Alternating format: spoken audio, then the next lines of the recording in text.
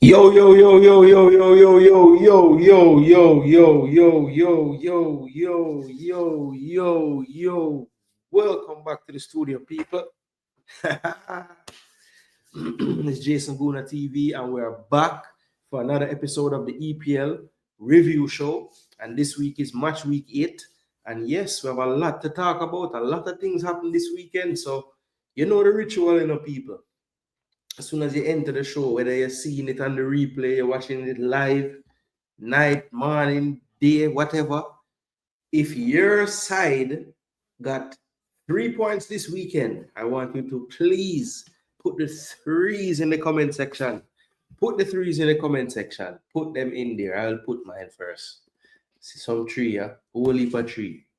Because that is what happened for the Gooners and the Gunners and Arsenal this week. 3 points in the bag.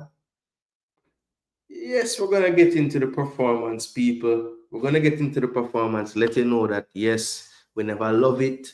There were aspects about it we never like, and we're gonna have some real talk about the performance itself. But Arsenal got the 3 points as well.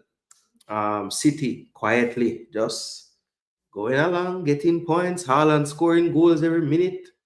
Them just getting points. Donnarumma around the back.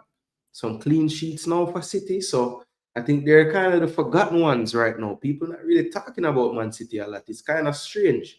But I am noticing. Yes, I am noticing. I see the citizens just kind of steadying them ship, quietly. Then we move to Anfield, people. And at Anfield, we had quite a game, quite a result. Amarim goes into Anfield and gets the result. 2 wins on the trot. I know I say 2 wins like it's this a lot of wins, but for Manchester United in this current state, 2 wins is a big deal, especially when one of them is away at Liverpool. They did something that we couldn't do. So I have to be honest. Manchester United went there and they won the game. Arsenal couldn't win the game when they went there. So there's that. Um, of course, a thriller over at Selhurst Park, 3-all. Very rarely do you have a hat trick scored by the forward or the striker, and he's disappointed because he really should have made it 4-3, right? But we're gonna discuss that game and all the rest of the games as we go through the EPL review show for week 8. And of course, we had the predictions take place like always. So we're gonna have the big reveal tonight. Who is the champion? And yes, we have bestowed a moniker on the predictor who finishes in last place, and that is the donkey. So yes, we're gonna see in the big reveal who is the champion and who is the donkey. Yes. And of course, we love the Fantasy Premier League, so we're going to check in with the fantasy this week, see how Jason Guna's team did. We've been rising up the rankings week to week in everything, and we're just going to see if we could keep the momentum this week. All right, so my three is in the chat. Lansley Blake says, checking in, big up Jason Gooner TV family. Respect Lansley in the building. Pastor Lansley in the building. So I'm trying to remember. I don't think Pastor really have a side. I remember Pastor telling his story of his footballing support for teams, and it was a quite a long story and many teams. So yeah, Pastor, I don't know what joy he can take from an EPL show without having a team for himself. But I know Pastor does love football, so he might just stick around because he watch some of the games and he want to talk. So big up yourself, Pastor. And I will challenge you, Pastor. Before the season is over, I want you to select a team for today because you're a football fan and the EPL is the most watched league in the world. So you should just pick a team and support that team. It's fun. It's fun. Big up Francis in the building. Yes. Another content creator checking in. Big up yourself. Francis, the countdown is on. Francis is the place where you can get the countdown, people, day to day. Yeah, man, let you know what's going on with the Reggae Boys going into this crucial window in November. Yes, people. That content will be coming during the week. We're gonna do weekly check-ins. Make sure that we're looking at the players, see who is fit, who is unfit, who got an injury, got a big injury news. Wasn't happy about it. 2 days ago, I caught, well, actually 3 days ago, I caught wind of a situation, and it did turn out to be true. And I'm very sad about that. But that is for another day, for another show. Today is the EPL show. All right. Yeah, man. Three. I had one say, I'm not being left out of this three. Francis, John Star. Yo, you see, anytime you don't catch the show, just I don't know, IG. You follow me on IG, Jason Gooner TV. Me search up next up if anything. But yo, just I try to figure out a way. Actually, you have my number, bro. Just send the pics them in a message, bro. As you see Saturday morning reach, you just send them. Or Friday night. Yeah, man. To be honest, all the people who do the pics, Francis, like most of them actually send me the pics and they're not on the show. Most of them, to be honest. So you would be one of many others. Leon's back, right? Yep. Leon Bailey is back. Leon Bailey is back. He came on. Trying to remember when in the game exactly. I want to say like 68 minutes, 78 minutes, something like that. But let me double check. Me's a brother way. I like to state things factually, down to the minute. Because these things matter, people. People like to glass over some of them something there, but I think those little details are important. That's just me. Leon Bailey came on for Roma. He couldn't change the tide all the way. They lost 1-0 to Inter, top of the table clash. And where's he? Came on for the ball in the 73rd minute. So yeah, he played 17 minutes plus the stoppage. And it was a 95 minutes. So call it 22, 23 minutes. First thing I will say, he looks like he really needs some games to get into like a proper match fitness, even the way him shape look. Why? No good way to say this to a Jamaican crowd, but he looked a bit heavy. I don't know if anybody else noticed that.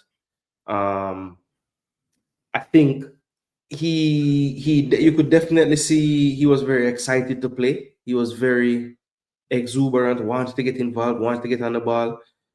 They started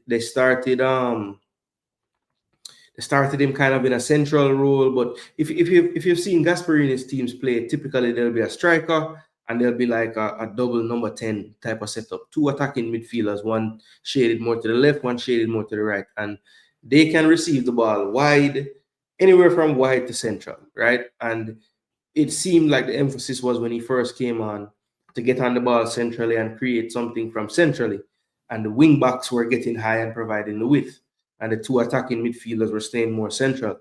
Now, as his time on the field developed, it seemed like he was, whether on his own doing or the coach telling him, his starting position started to get wider and wider. And that would have been like, from about the 78th, 80th minute till about right around when injury time, or for about 5 minutes, he was more left side, like left wing. And then eventually, towards the end of the game, he switched completely and went to the right side. And when he was on the right side, his starting position was a lot more wide always as well. So it's going to be interesting. And I said this when he was going to the team, that we have seen Leon play in a more central role. We saw Emery try it. We've seen it at times at Leverkusen before, earlier in his career as well. And I've always thought that he seems more comfortable when his starting position is wider. Not that he can't operate centrally, but I don't think that, like, let's say if he's getting 30 touches or 25 touches in the attacking third, I would want like 15 of them to be wide. And maybe 10 or less to be a little more central, because I do think he's more effective when his starting position is wider. I don't know if anybody agree with that, but yeah. But he did look sharp touch-wise. one time he was surrounded in the middle of the park and just had some fancy footwork and kind of got his way out of trouble, so to speak, and then played off the pass. So, Leon Bailey is full of skill. We know this. It's just a matter of him putting it all together sometimes. And when he does, he's quality. We have seen it before. So, for Jamaica's sake, the hope is that that was a good starting point. And hopefully he can break his way into the starting lineup so we can see him play some more extensive minutes, So let's see. It's a race against time for him with the national team, I would say. Based on the evidence of what I saw, obviously he's Leon Bailey, so I would want him in my squad. But in terms of how effective he can be if he comes, I think that's going to be down to how well he can continue to, regain his full fitness. And like I said, I think, a couple more games, which they have a good opportunity for a lot of games. They're in the Europa League. So I think any team that has Europe, I want to say, has like 7 games in this window. So that was the first of 7. And, hopefully the hope is by game 4, he can get a start and nail down a starting spot. And then, hopefully get 2 90 minutes in of the 7 or something like that, just to kind of prove to himself that he can do it.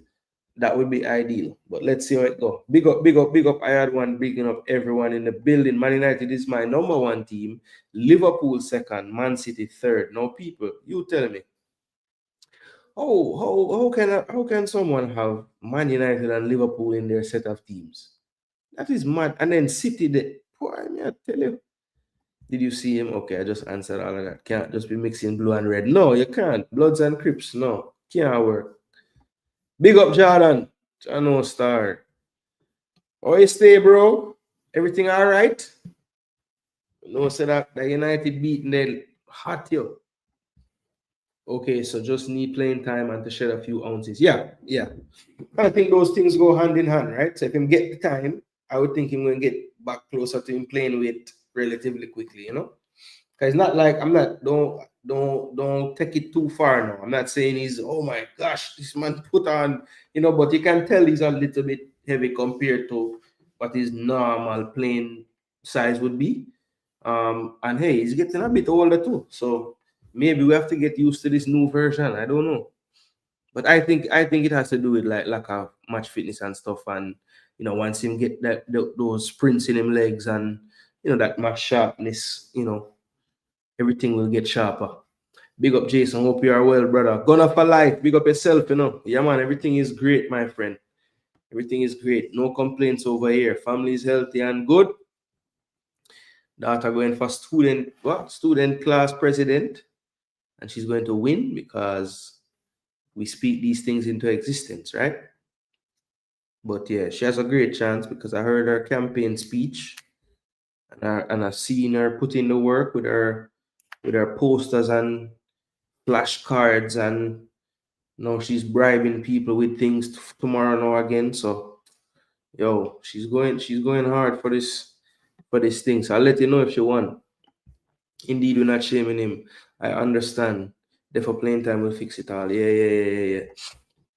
No, because people will clip up the thing and say, yo, Jason Gooner say him fat and all kind of something. But it's not that far gone. You see me? Just, yeah.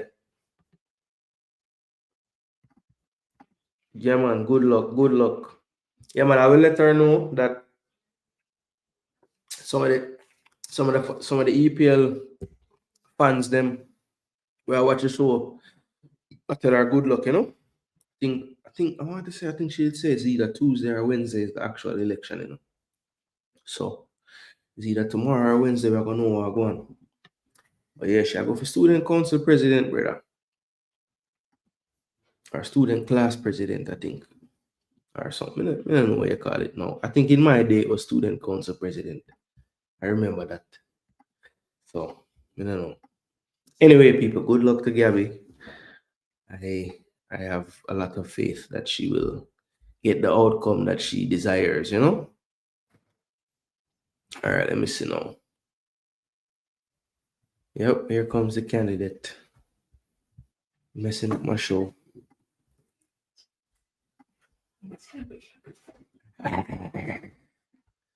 I was just telling everybody that you're gonna win. Yes. Needed some more supplies from the studio. All right, so no more time to waste, people. We're going to go over to actually, you know what? I might switch it up this week, people. I might ask a question in the comments which one I like better. Because the Premier League site I'm usually do the preview out of also has a hub where you can look at the games and the stats and everything. But because I like how Sofa scores a little more in depth and they give you you know, those stats past the first line of stats, like not just shots and targets. I them give you expected goals, which this probably gives you as well. But yeah, I just feel like I want to just try out something different and see how it stay. I mean, they do have a decent, yeah, like they don't have entries, so there's pros and cons. All right, so look, I definitely like this interface better. It looks nicer, right? So we're gonna work with this week, people. And you guys let me know if you wanna prefer the other way or this way. Let me know. Tonight we're gonna work with a different thing and just see what go on. So I'll work with the Premier League side because it look like them take a little more care, how it look, so it look nice. All right, so this is the first game of the week, people. So the Blues, any of the Blues watching this on the replay, you see me? And I can drop on the threes in the comment section. And they getting the 3 points this week. Can't laugh after Chelsea this week. None at all. 3-0 away from home. This was the last time we see Postecoglou walk out as a Forest manager. Well, I can't speak for the future, but for now, he's no longer the Forest manager, and it was all due to this result right here. They went in at halftime at 0-0, and to be totally honest, they had, to me, the better of play for parts of that first half. I don't know if anybody agree with me there, but I mean, they could have gotten something going out of that game from their performance in the first half.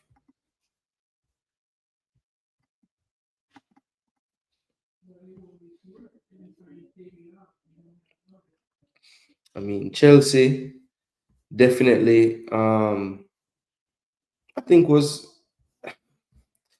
first. All right, put it this way: the first half was like even, relatively. But I feel like Forest had enough big chances to half chances to probably, get the result. And even in the second half, they lost the game 3-0, but they still created chances in the second half as well.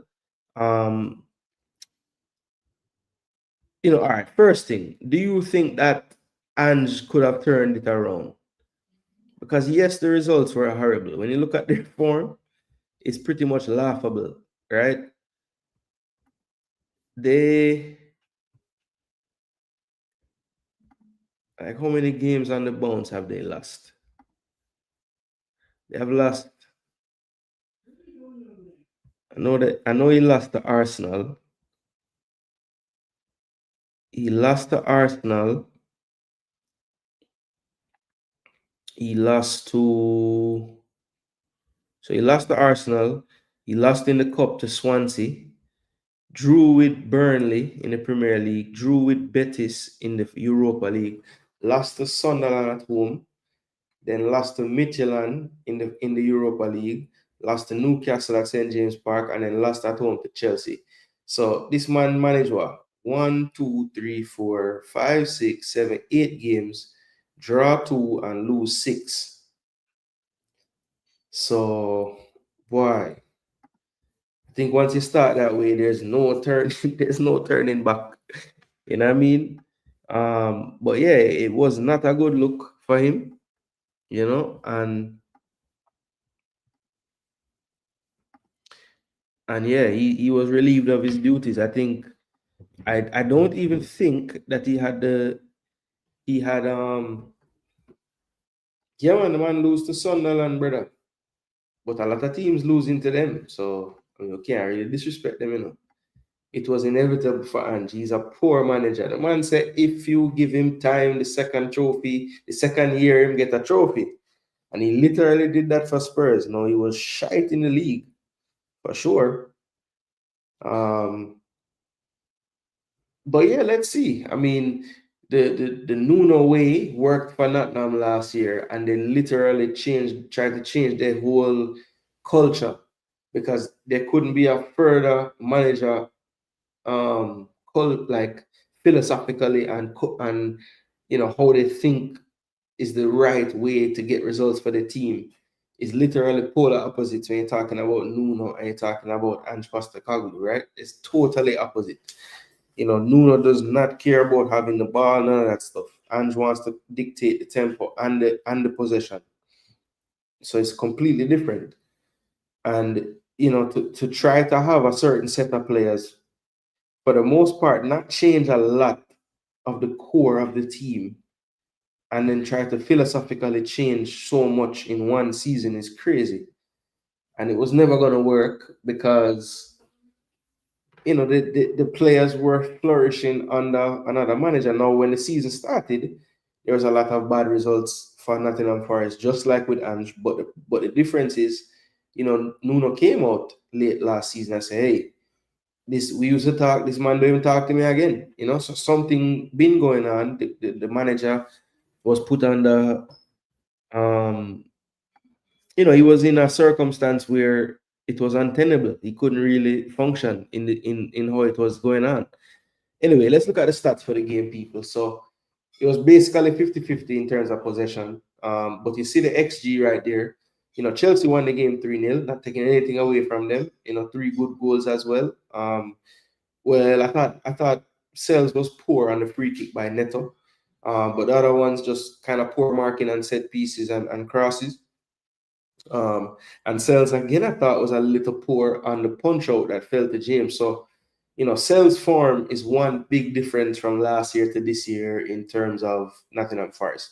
There were plenty of games last year where Matt Sales was just like no goal not going in the goal, no ball not going in the goal.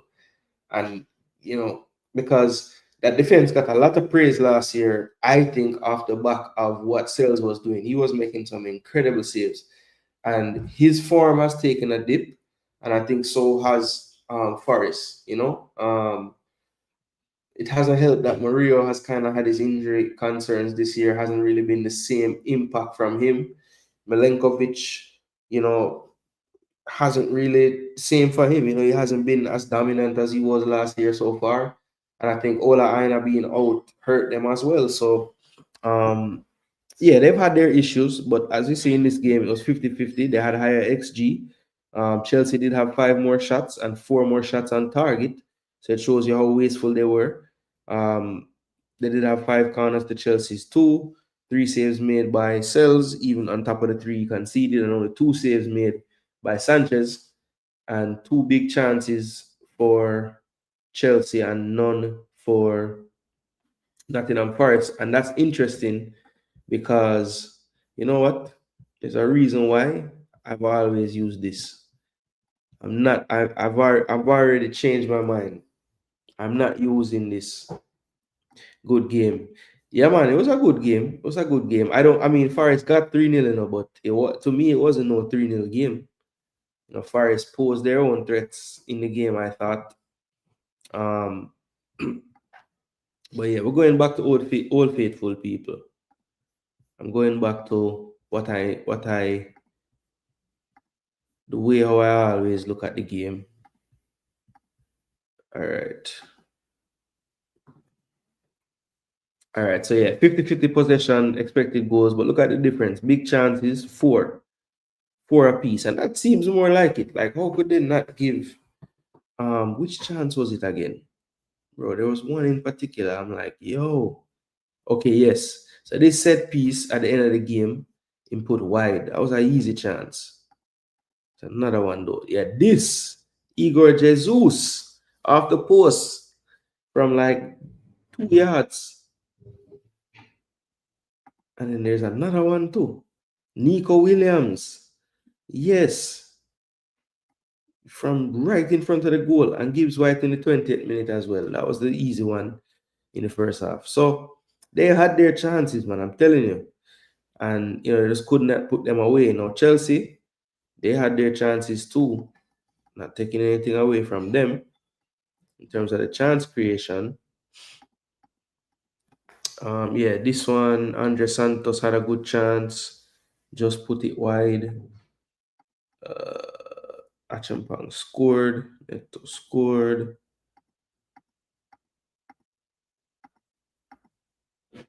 And then Reese. Yeah, but to me, that was you could have counted that as a goalkeeping error, the Reese James goal, I thought. And I thought the Neto free kick as well. I mean, it was well struck, yes, but Sales will look back at that and say, I should be doing better. I think. All right, so these are the stats. Woodwork. So he missed all 4 of the big chances. That's it. 3 more touches in the box. See, the entry is very even, 52 to 50. Duels, Chelsea dominated them in the air. And Sanchez prevented goals, Sales didn't, basically. But yeah, error leading to shot, error leading to goal. Chelsea made their errors as well. And look, Chelsea, if this is a more clinical team, this is a dogfight game for Chelsea. But give them credit, give Sanchez credit. He made the saves when he needed to. And they did kind of bend, don't break in this one, to be honest, because I mean, yes, they did create, but it wasn't just an avalanche of chances either. I thought Nottingham Forest had 2 really good spells, one in the first half and one in the like a longer spell in the second half where they were really good. When it was, I think once it went 2-0, they had a really good spell of play. And yeah, just Chelsea just stood up to most of what they brought to the table. And if they didn't, basically what ended up happening was just poor finishing. Jesus, I've been calling for him to start because it's clear that Chris Wood, I know he was out. He came in late in the game, but he just hasn't been the same player for Nottingham Forest this season. And every time Igor Jesus gets a chance, he was scoring goals. So I figure, hey, what you have to lose? Now, they do bench Wood this time, but they play Awani, which was surprising to me when you have Igor Jesus there. But Jesus came on and didn't do himself any favors. I think he missed a big chance. Didn't have the cleanest game either. In terms of his keeping possession of the ball. But yeah, he didn't have the best second half. I was surprised he didn't start. But maybe the coach knew something I didn't know. But yeah, you see on the field there, players having just poor performances. And Nottingham Forest, now move into the Sean Dyche era. Is anybody surprised that Sean Dyche is back in the league as a coach? I mean, I always figure any team struggling would maybe go for a guy like him just based on the fact that he's been the survival coach. Burnley for years he was able to keep them from getting relegated, and yeah, it's looking like Forest is going to be one of those teams at that end of the table. A far cry from what they had going on last season in this league. So how quickly things can change, right? Yeah, man, Nottingham Forest drop off. I expected at least 1 for Forest. I had Chelsea for 3-1. Yeah, David. You had so so are you okay? So are you named DJ in the Discord? Okay, that makes sense now, David J. All right. Well, you never ever send the Liverpool, United, and West Ham Brentford scoring, no, brother. I mean, based on where you have out of the 8, you couldn't win still, but send all 10 next time. Blessings, Chile. But just don't big up your side. Well, we're not done for the whole night. I will soon talk about that game, but yeah, you hear what I have to say about your side. Dyche will be good for them, says Gunner for life. Yeah, look, I'm not surprised he's back in the league because, like I said, he's somebody that clearly knows how to navigate these tough situations in the Prem. And to be honest, he has way more at his disposal than he ever had at Burnley with this squad. So, what's going to be interesting is with some what I think are some better attacking options at Forest. Does Sean Dyche is there another version of Sean Dyche that we never seen before? I would I would venture to say there isn't, but stranger things have happened. You never know. Why he couldn't wait until Forest play City before sacking Ange? Don't it? I think every team in the league was like, let's play Forest this week. But let's see. Will Sean Dyche give them a new manager bounce? That's the question. These man can't go a game without getting a red card of some sorts. Yeah, bro. Thank you for bringing that up because how many games in a row is that now? Like 4?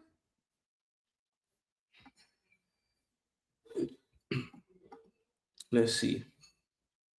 So 1, didn't get 1 in this one. 2, 3, 4.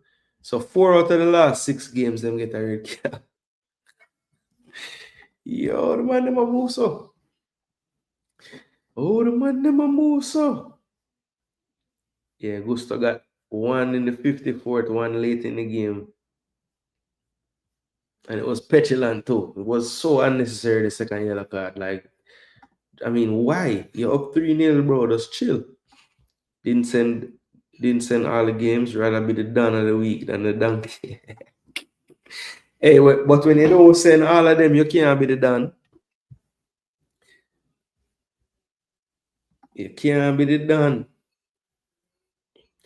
All right. Well, Chelsea 3-0, red card FC. Right now, more like 3 points FC. What's that? Two in a row, right? Then beat Liverpool. Then beat Liverpool. Yeah, them beat Liverpool before the break. And forward after the break and beat Forest. So 2 wins in a row for the Chelsea. Put them up to 5th. So they had 2 losses on the track. Bounce back with 2 wins. So Chelsea fans feel good this week. For real. 5 out of 6. Maresca get red card. Cho. Didn't. Okay, yeah. I read that already, David J.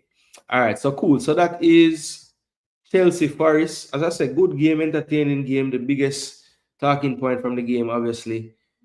Before him could even talk to the press about the game, he was relieved of his duties. I could see Marinakis now walking with no bodyguard needed because he's huge. And just, have a man on him hip here, so. And just say, yo, brother, you send a bag with the things, cut. And Anja for just say, all right, boss, I'm gone. Yeah, man. Don't mess with them. Don't mess with that brother there, All right, so the next game, people, another really good game as well, One that I kind of, all right, so this window, there was how many games playing? Let me check something. There was 1, 2, 3, 4, 5. All right, so I'm going to be honest, right? So for the majority of this time, I was watching the Man City game, like in the early part. And then towards like the middle part of these games, I was watching a lot of the Brighton Newcastle game. I didn't see much of the Burnley Leeds game like live, and I didn't see much of the Sunderland Wolves game live. But these 3 games, the Palace, Bournemouth, Brighton, Newcastle, Man City, Everton, those are the ones that I kind of like keyed on at the 10 o'clock time. So first one we're going to talk about is the Brighton game. So Brighton won this game 2-1. You see it right there. It was a strikers day. So both strikers scored for both teams. Voldemar getting 1 goal, but Danny Welbeck made a difference with 2 goals on the day. And they got the victory at the Amex 2-1 over Newcastle, who continue their slow start to the EPL season. If we're being totally honest, they're not, I don't think many would have predicted after 8 games, Newcastle would be where they are. But, such is life in the Premier League right now. I think a lot of teams are really close, I mean, there's some separation maybe for the top teams, but think a lot of these teams, when you're talking about the Bournemouths of the world, the Palaces of the world, the Brightons of the world, the Newcastles of the world, I don't see much to separate these teams, if we're being honest. Whether it's like, yes, some teams you might look on personnel wise and say, yo, the team they're bad, but I think for Brighton, for example, I don't even think with Brighton and their coach and how I think he has like such a unique system that the players can be whoever. If they just go into that system and play that system, they're going to have some success. So I think that's why you see a team like Brighton always able to sell them quote unquote best player, make a big money, reinvest that, and somehow you say, oh, they have a conveyor belt. No, I think the players look good because they have a system, and the system is, it's very, like I said, it's very, what's the word? It's very one of a kind. That's not the word I was thinking of, but it's one of a kind. I feel like they do play a certain way that's a little bit different than other teams. The way they go about breaking a press or the way they go about pressing, I feel like they do it a little differently. And it's very interesting. I like the manager. I feel like he's a bit of a hothead, if we're being honest. But I think that's just because he's young. I want to say he's like only what, 32? Yeah, he's young. So I feel like that will come with time. But I do think tactically he's pretty damn good. But yeah, this game I thought was, like I said, an entertaining game. I wouldn't call it a complete smash and grab, but I feel like this game could have easily ended in a draw and it would have been fair. But to Brighton's credit, I do think that they just never stopped. I think Newcastle maybe at a point when Baltimore scored his goal would have been thinking, okay, it's later in the game. Not saying they're playing for a draw, but of the two teams, it looked like the equalizing goal really spurred on Brighton more than it spurred on Newcastle, which was surprising because Newcastle you would think would have the momentum, but Brighton wrestled that back, and Welbeck did get a nice finish from the top of the box to make it 2-1 after scoring the initial goal from a wicked pass from Ruta through the middle. Ruta has impressed me this season. I thought last year, kind of flattered to deceive a little bit, but this year I think he's been way more consistent playing either striker or even in behind the striker. And he's kind of one of those that I'm sure at this point Koeman might be looking at and saying, okay, do we have a place? Sorry, not Koeman. Well, damn, he's from France. Well, rough punning, bro. I don't know why I thought this man was Dutch. Maybe because him named Jorginho, I guess. But yeah, I don't know if he'll make the French team, but he's playing good right now. Danny Welbeck. Me hear somebody the other day I say, yo, why Welbeck can't get a look in for England again? He's 34 now, but if we're being honest, when you look at the man career, right? Man scored 11 last year. That was the highest him score since 17-18. So this man, 11 and 4 assists. That's like his best season. It just happened last year. And this year I'm gone 4 goal, 1 assist so far in 9 games. So I mean he's being productive for sure. Don't know if England call up is in his future, but he's playing well. He's playing well. They can't take that from him. They cannot take that from him, people. Baltimore scored again. Nice goal. Back heel finish. Or flick. Miley with the cross. But good finish. And this guy is pretty much on fire at this point. If you look at his recent games, you will see very productive. Goal for club, goal for Germany. Then that was his first international goal as well. Goal against Forest, goal against Union, goal against Arsenal. Um, this guy definitely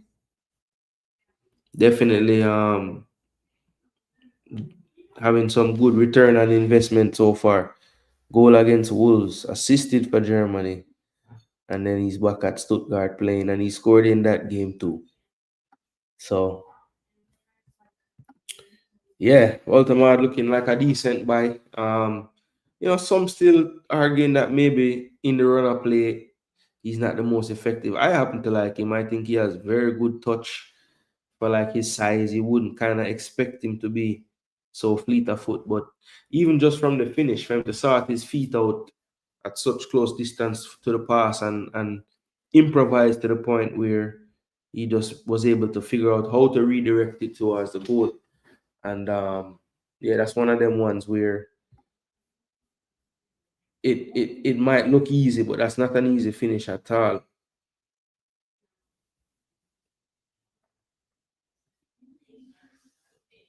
Congrats to Morocco U20. So proud of the performance. Morocco doing good all over, bro. Yeah. Morocco, no apologies. Them a fine baller everywhere. Go want to play for them. Big up, big up, big up. Boy, you can't put a tree in the comment section, eh? Hush, my boy, next week. Gunners, Nitro in the building, what go on? I thought he was Dutch as well. Yeah, bro. I know that didn't know. As soon as I see it, I'm saying, oh yeah, France. But every time me want to make the man Dutch, every time. To all one time me a cuss and I say, yo, come on, no sense, man. Right. See, the man that even can play for Netherlands to right. Bet you say him have some lineage or something though, star. That don't make no sense, my youth. Don't make no sense.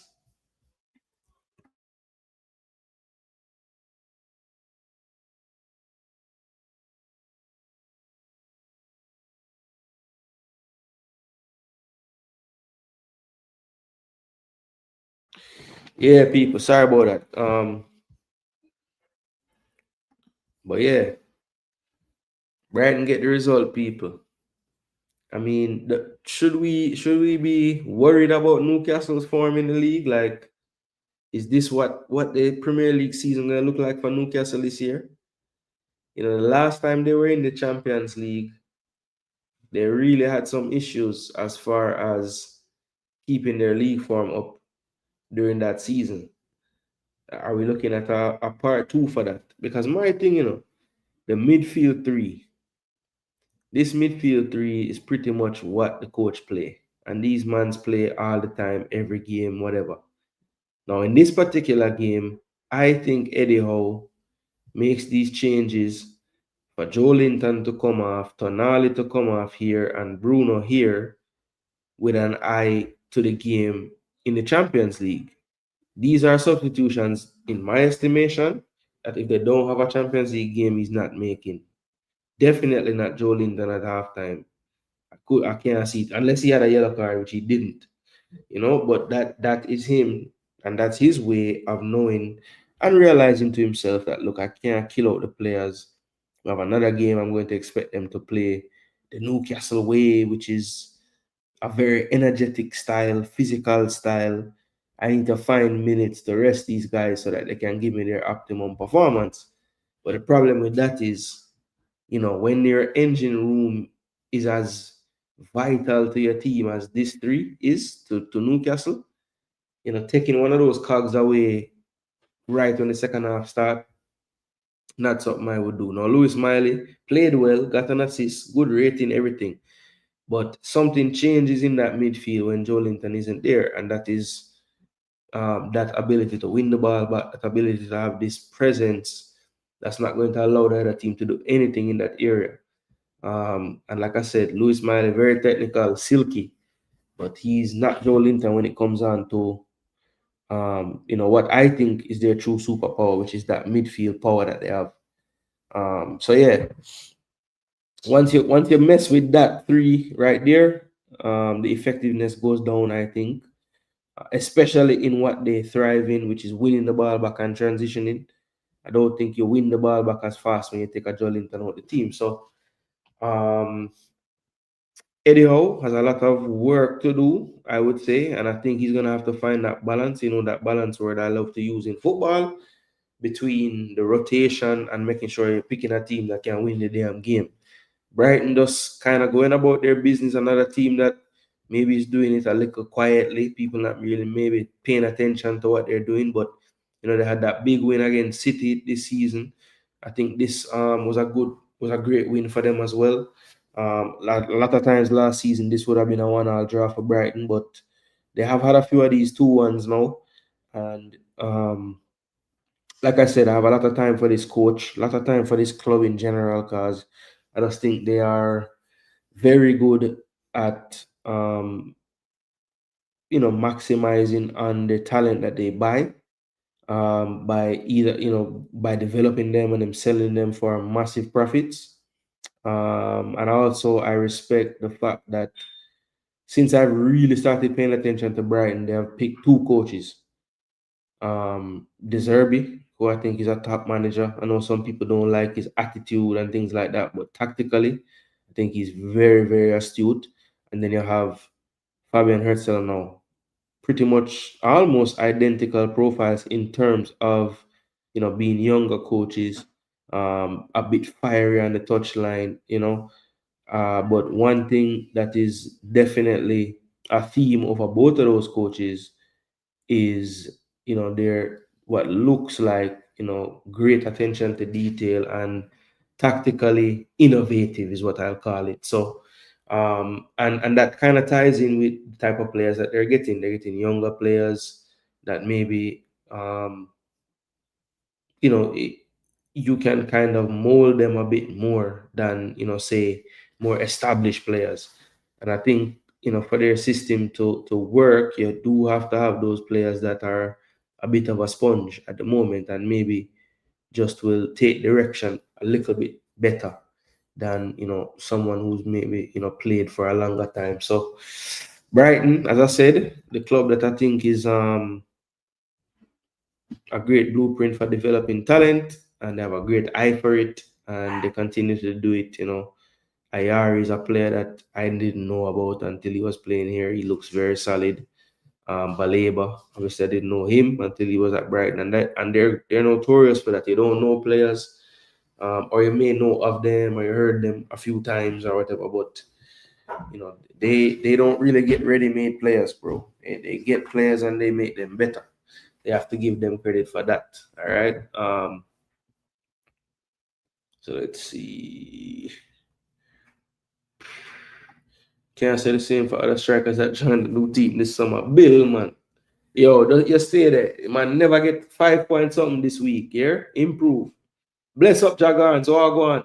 BM in the building. Yo, yo, yo, yo, yo, yo, yo, yo. I had one. Them not listening, To change them name or whatever, I don't know why them not listening. You don't tell them how to change them name back, them not do it, So yeah, Brighton get the win, people. 2-1, 2-1, 2-1. Good game, good game, good game. I enjoyed this one. Walter, I like that goal. But Welbeck first finished it nice too. All right, Burnley and Leeds, people. Two promoted sides. One thing with the promoted sides this year, them have some use, which is nice. This was at Turf Moor. And Burnley, as you can see, got a 2-0 victory. Leeds haven't been quite as good away from their home at Ellen Road, and that kind of showed up in this game. I thought, Leeds was a bit wasteful in the game, if we're being honest. But I just feel like, they had a lot of possession, but they couldn't finish their chances. Dubravka had a couple of really good saves, and then the other times it was just down to wastefulness on the part of the attackers from Leeds. But the first goal, a brilliant cross from Kyle Walker from the right. Ugochukwu got on the end of that, and then Chauna, what a hit! Kind of got it in the inside right channel, and it just kind of opened up for him. He took a touch, set his feet, and just blasted it. Keeper, I don't even know. I don't know what the keeper was playing at, but it did have a lot of movement on it, and it definitely caught him by surprise. The movement on the football. So big goal for the second goal. And Burnley, got the 3 points at home. But as you can see, the stats in the game, Leeds were good value for at least a goal or a few. Um, they had a high XG at 2.63, only 0.45 to Burnley. So that shows you right there. Because I'm sure Chauna's strike was probably like a 0.03 or something, really low. But it was a brilliant strike. 4 saves for Dubravka. Who kept 4 leads this week? Was it? Oh, Darlow.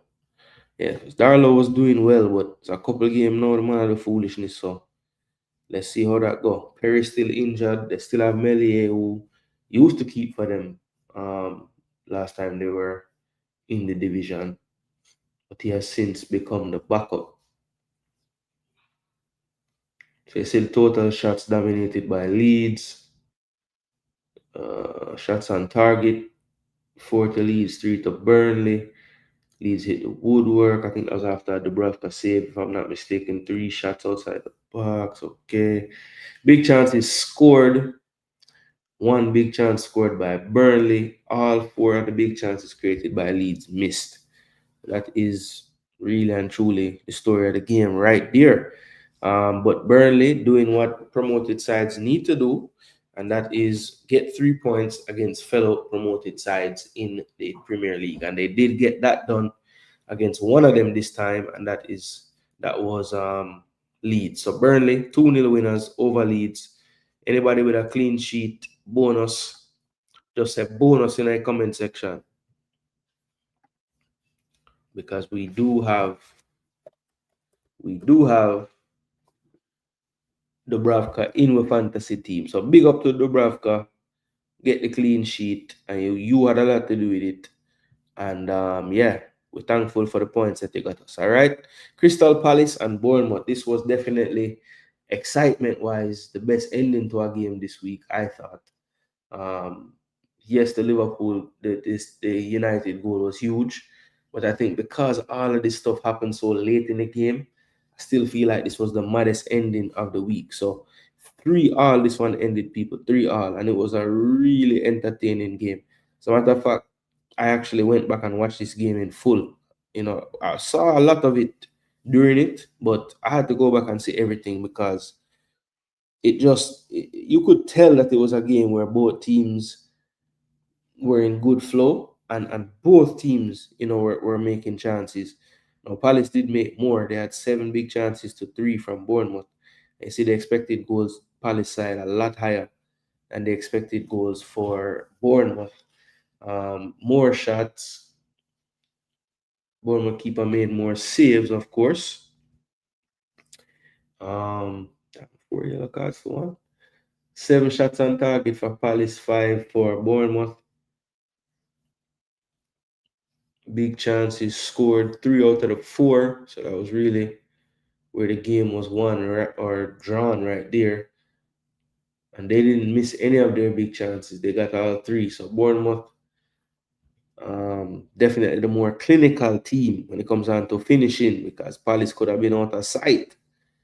And even if they weren't out of sight, Mateta will be ruined. Like I said, he got a hat-trick in of people. And I think the man go in bed upset the night because the man get the 4th goal for be the superhero now.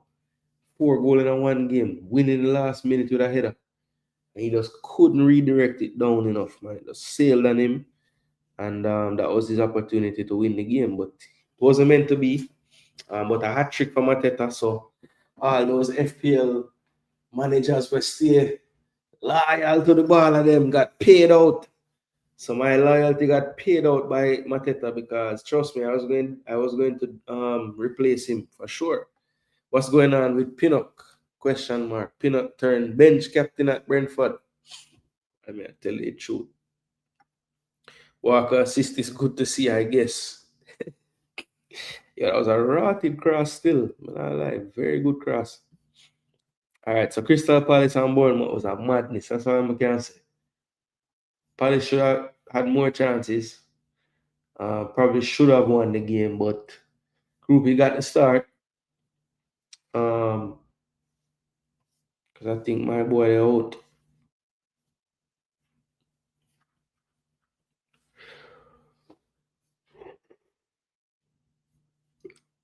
So I'm not listed with an injury. David Brooks out again. So yeah, this was the setup for Iraola on the right and the lineup for Glasner on the left. So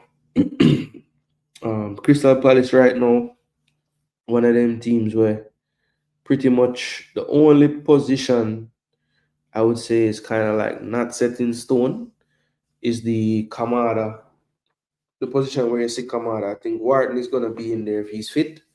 Mitchell Munoz, all of that, the back three, the goalkeeper, the striker, and the two attacking midfielders right here. I think that will be the same. This guy is the one guy that not sure about. Glasner. Love the player from before. He had him at Frankfurt before, and now he's here. Meet up back with him again, and yeah, he likes to play a lot. So Crystal Palace, Bournemouth 3-all. What a thriller! Bournemouth with the lead 2-0, and then Mateta woke up from his sleep this season so far to bag a brace and tie it up before Ryan Christie came off the bench and replaced Scott, and he was the one at the near post that turned it home for that third goal. Tavernier doing some good work in the channel on the left to get that ball into the box, and then um,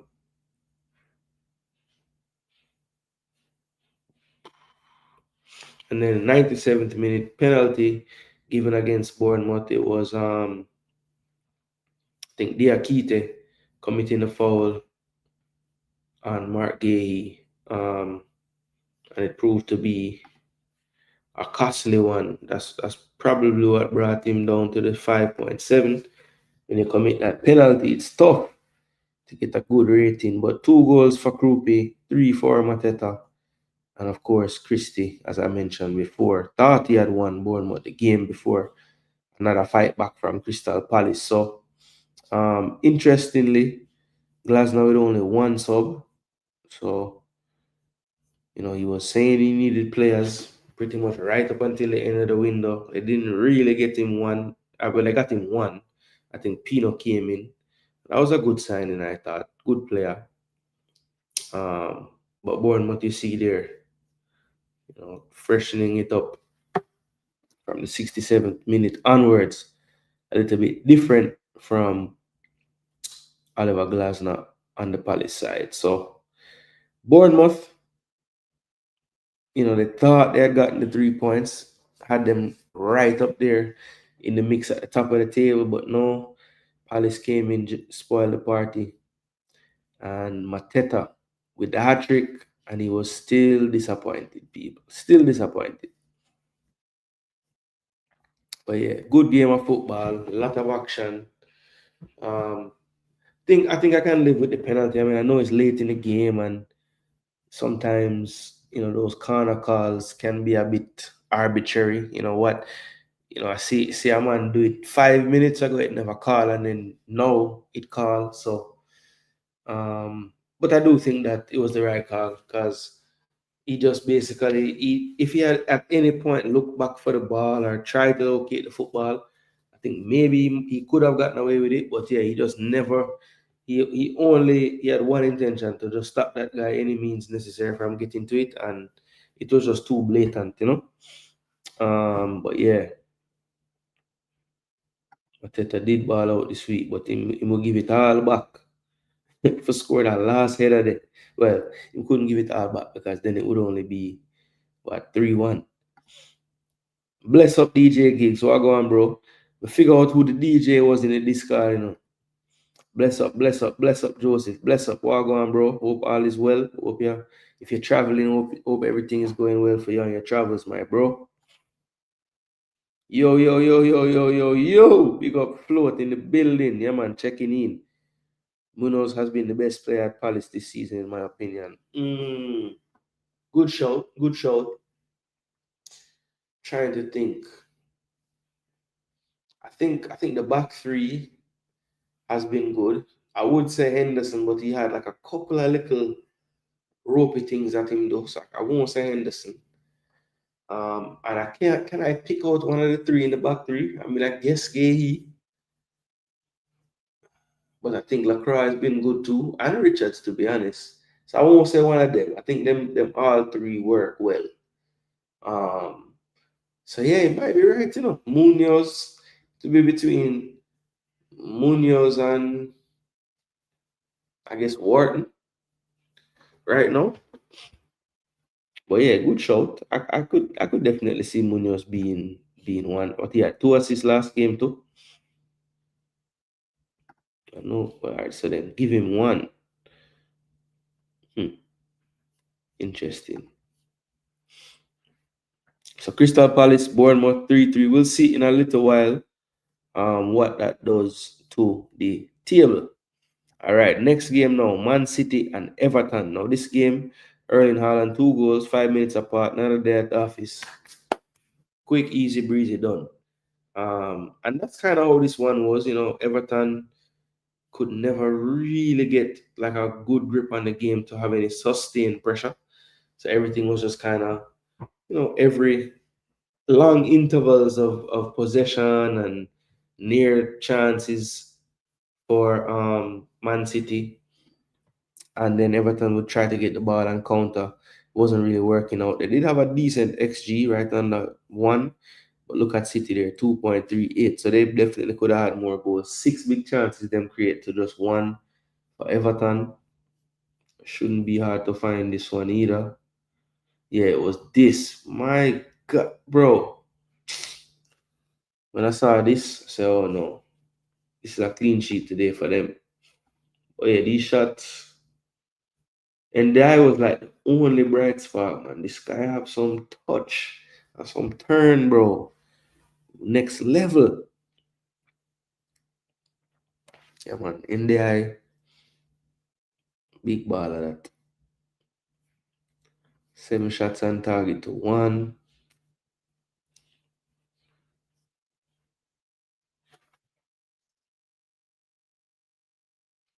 Man, they missed 5 big chance star. Jeez. More entries. Yeah, so this was a dominant game for them for sure. Let's just take a look at the lineups. I think Haaland would have gotten player of the match. Yes, he did. Ake Foden and take off Doku a halftime star. Why? Well, not quite halftime. Savinho and Wills. Oh yeah, Nico with the cross. Yeah, so Nico O'Reilly got down the left. Great cross. After a first half where City played better, that is for sure. And they had the majority of the play and the chances. But Everton, I thought in that first half, did provide their own threat as well. And when Beto missed that goal in front of the goal, I just knew it wasn't going to be Everton Day. And I was right in that sense. It was 2-0 this one ended. You see the big chance, you see the expected goals. One of the things that I said when I started the show tonight was, is it that it's just more fun to talk about the storylines of Arsenal and Liverpool right now? Um, is it because we have kind of seen this story before? Why that would be the case? Like, why you guys think nobody's really talking about City? Even like fans are quicker to talk about Chelsea than City right now. I guess everybody's just scarred from last season. But if you look at it don't matter what season you look at other than last season, you're going to see City at the top. So I'm not one of those people that think Pep done and everybody figure him out. I don't really think that is the case. I just feel like they still have some defensive frailties. But I do think that adding Donnarumma to the mix it does improve that a lot. Just, no matter what unit is in front of him, having him behind you, his experience, yeah, it's going to help. So, Man City 2, Everton nil. I don't think Everton really had much of a chance, but at the end of the day, when that big chance fell to Beto, if he could somehow convert it, then you never know what kind of story we're talking about now. Savinho looks to be back in the fold again. He got the start. There was I don't know if it's contentious, but there was a moment when after Silva came on, he was trying to block a cross and his hand was kind of up in the air and hit his hand. And we have I think we have seen those given from time to time, to be honest. So, it was surprising that they never asked him to at least go look or anything. So he may have gotten away with one there. But at the end of the day, um, Moyes' team just wasn't good enough. They just weren't good enough on the day. Like I said, and there I was the only one that was kind of, taking it to the other team. He needed a bit of help, and none was forward in this day. So 2-0 win to City, like I said, is anybody? Because I'm kind of like, we need to talk about them more. The people that make content need to talk about them more, because them too comfortable right now, man. Nobody not think about them. Everybody I look on Liverpool and Arsenal. Them want to bring Chelsea into the mix. I hear Chelsea name come up more and more of late. So I don't know, brother. I don't know. I will see.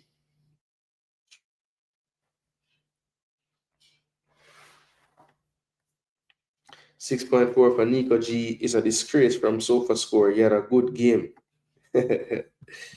Well, sometimes you can see what am I talk about when you look on the numbers by itself. Well, first and foremost, the man covered every blade of grass in the midfield. So that's a good thing. All right, let's see. So him never do no shooting. Him have 2 key passes. That's good for a CDM. Good accuracy. Long pass only went long 3 times. Dribbles only 2 unsuccessful touches. But a 98 lose the ball 12 times. Defensively, 1 of 2, 1 interception, 5 clearance, 4 recovery, 1 foul, 1 dribble pass. 2 out of 6, 4 out of 7. Yeah, it looked like it could have been more like a 6.7 or 6.5 at least. 6.6 maybe.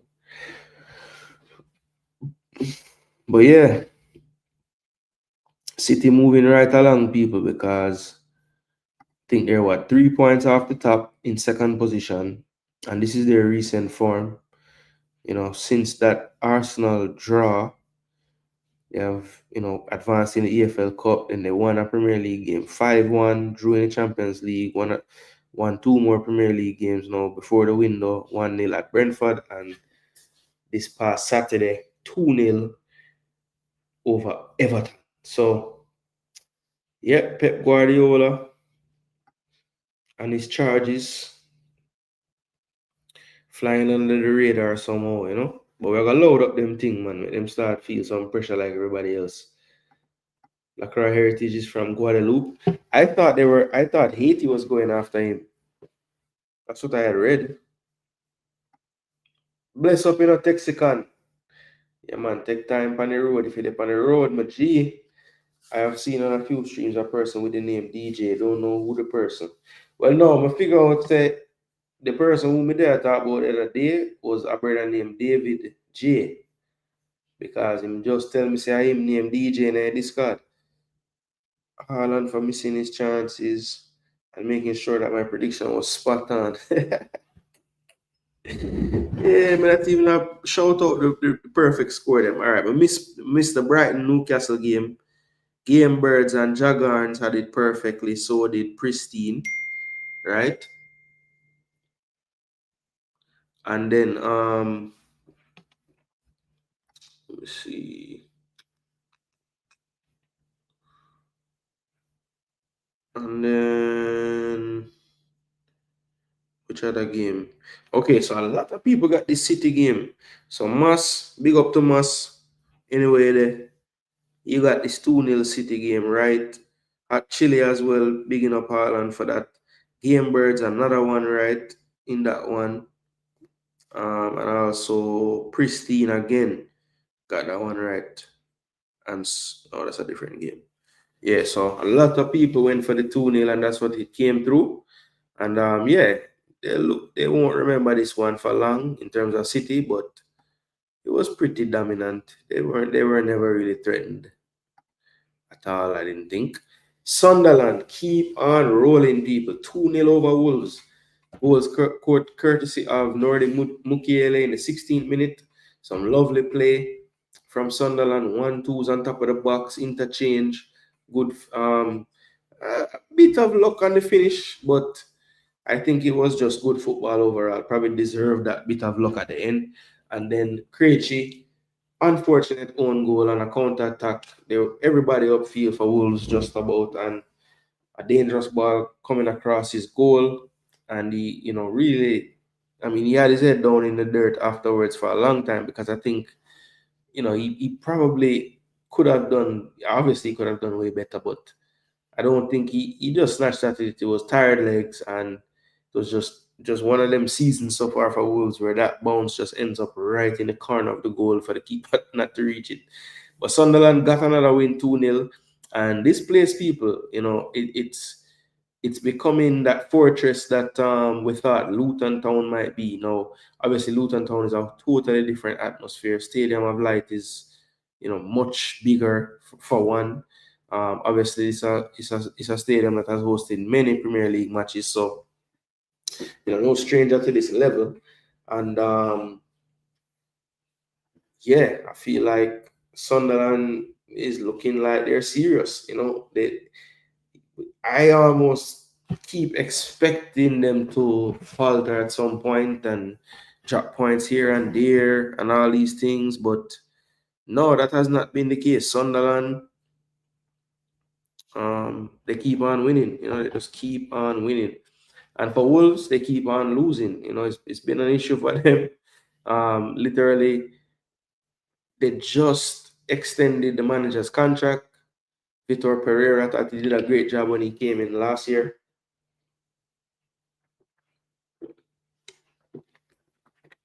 I think many had written off Wolves in terms of staying in the Premier League.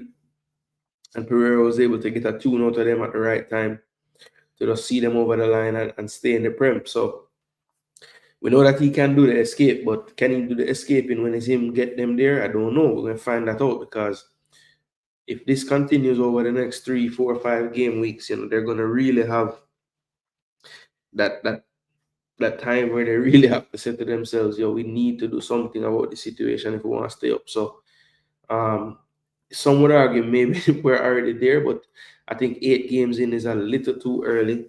We saw Man U win 2 games and move from 15, 16, 2 game weeks ago to now. I think they're up into the top 10. So it's early enough, man. They can go on a little 2 game streak if possible. If the fixtures kind of line up somewhat in their favor. But the problem with Wolves is right now, I don't even think there's a team in the Premier League that they would face where the bookies would make them the favorite. I don't know. Okay, passing the first half was poor. They should continue to talk about Liverpool, Arsenal, and Chelsea. Forget about City. No, man. If I one person in the world, I gotta talk about City and me, because not to say I can't handle pressure, but people need to respect on man and start look for them and focus and say, we have to beat that team, and we just have it easier right now, because nobody not talk about But yeah, I'll talk about them, man. I do see something changing with them. But yeah, this is the next game. Sunderland, Wolves, as we were talking about before. The stats in the game look like this.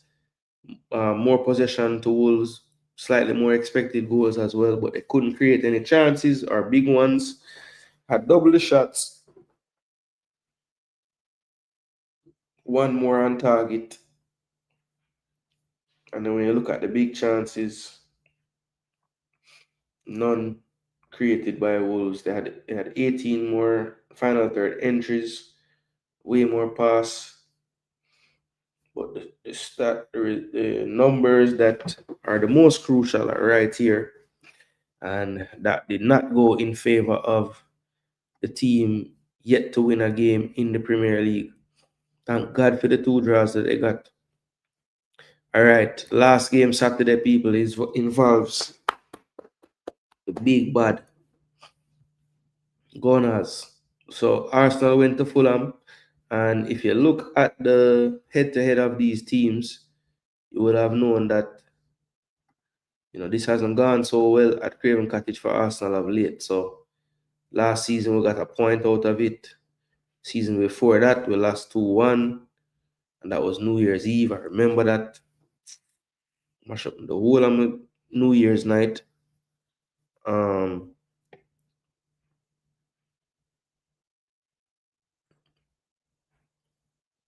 Then yeah, I mean, we handled them before that, but something turned 23, and we just haven't been able to go there and get 3 points until Saturday, when what I thought was dominant. The one complaint I would have of Arsenal's performance is when you look at the raw data.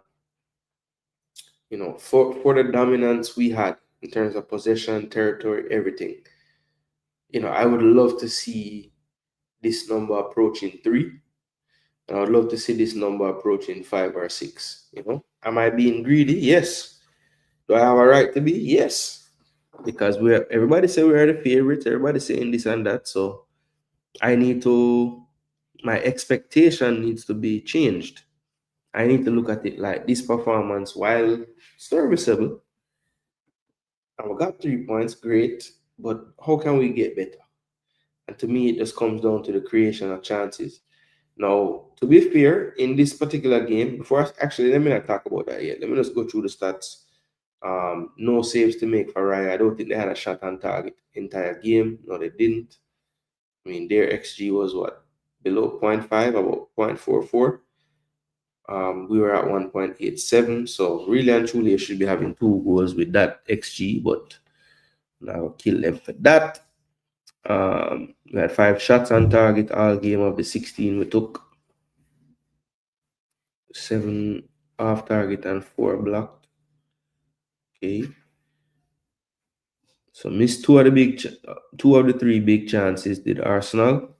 I know Martinelli definitely had a big chance in the first half, and maybe they counted Gyökeres one. Maybe. Can check that in a minute. You see, Fulham lost the game. Leno conceded, but he did still prevent some goals there with the 0.42. Recoveries. Arsenal leading there. But yeah, probably one of the quieter days Ryan will have all season. But these are the stats for the game for each player. Gyökeres is improving, man. He had what? 5.8 for Arsenal before this, 5.9, 5.8 in the league, and 5.9. So he was on a streak of below 6, and one barely brushed past 6 this time. But him above it, that's good. All right, so Gyökeres, again, rough day for him. I think he was honest one time when he got challenged and never went down. Maybe could have got a penalty there, but I can't fault him for trying to stay on his feet and finish the play. Then he had that time when Cuenca was just out muscled by him, and he couldn't keep the left foot shot down, kind of snatched at it, went over the bar. Other than that, I'm trying to think. Saka put him through him shoot. Saka put him in him shoot. The Cuenca off the ball bounce. And the third one. No, man, he did have 3, man. Oh, when he posts up the defender, spin off the defender and shoot. Yeah, so three shots at target. I think 2 of them were on target and 1 was off. But Bukayo Saka, let's talk about him for a little bit, people. This guy all right, look on the team that them play.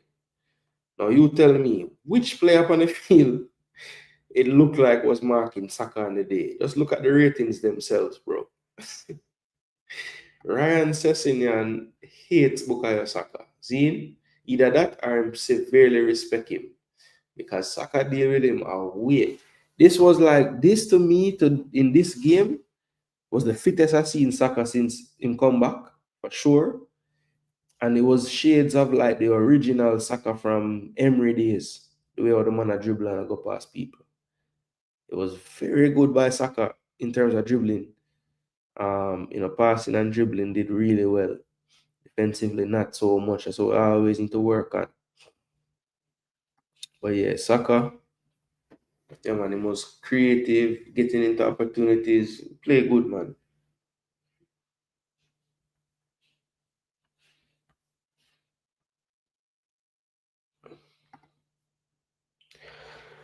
Passing, he had 7 key passes, people. Jeez, 14 crosses, only 3 accurate, but whip them in same way. Passing, pass on half, long ball, all right. And then we have dribbling. So 86 touches, only 3 unsuccessful touches, 6 out of 7 dribbles. My word. Man, them have fallen 5 times. I lose possession 32 times. So that right there shows you that's more than a third of the time he lose the ball. But guess what? See them levels of productivity here. 6 out of 7 dribbles and 7 key pass.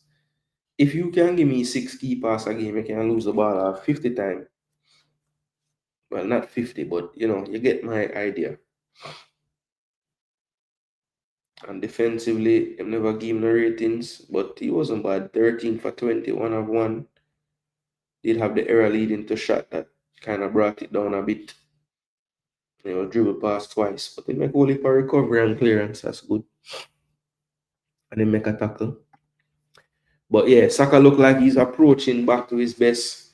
Trossard got the goal from the corner. I thought he was pretty quiet, to be honest, though. Other than that, um, Saka had some poor deliveries on set pieces, I thought, especially corners in the first half, but could see him really focus on that one and got the right power, the right height, right placement for it to find Gabriel, of course, who flipped it on to Trossard with basically finished it with his thigh. But the player that I want to just talk about a little bit more is Eze, right? No, actually Eza, sorry. No, he lasted 62 minutes and was subbed off. Came off basically right when we scored the goal. And look, I'm going to be honest, right? Because Eza is the new shiny thing that Arsenal have, right? I just feel like people aren't being honest about him. To me, I haven't even seen, besides the cameo against Liverpool, right? I'm trying to think there was another game where he kind of like, really busted a bit. But for the most part, Eza has not been great, and even yesterday, all right, put it this way. If Odegaard had a performance like what Eze had yesterday, people would kill him. People would kill him. So let's just have the honest conversations. Like, look, just because Eza just got here and we're happy to have him and all of that, I don't mean we can't be honest when we assess him game, you know? But yeah, Eza, I'm telling you, if that 6.7 was put down by Martin Odegaard instead of Eza, jeez, I'm bench him, play Ethan, play Eza, play somebody else, bench him. But yeah, since it's Ezra, it's not. I haven't heard that much. Nobody not calling for Ezra yet and for him to be benched or none of that. But let's be honest, he was the worst player in the midfield out of all three. I mean, I'm not basing that off of what the score say. I'm just basing that off of what I saw. Not incisive enough. Um, just overall, just not really clicking. But I guess we go to a new club, new system. You're going to have those games that just don't quite work out tactically, and you just have to figure something out, or not even tactically, but it just, yeah, I guess it don't work out tactically, and you have to just kind of on the fly come up with something else that might work better. Let me check in.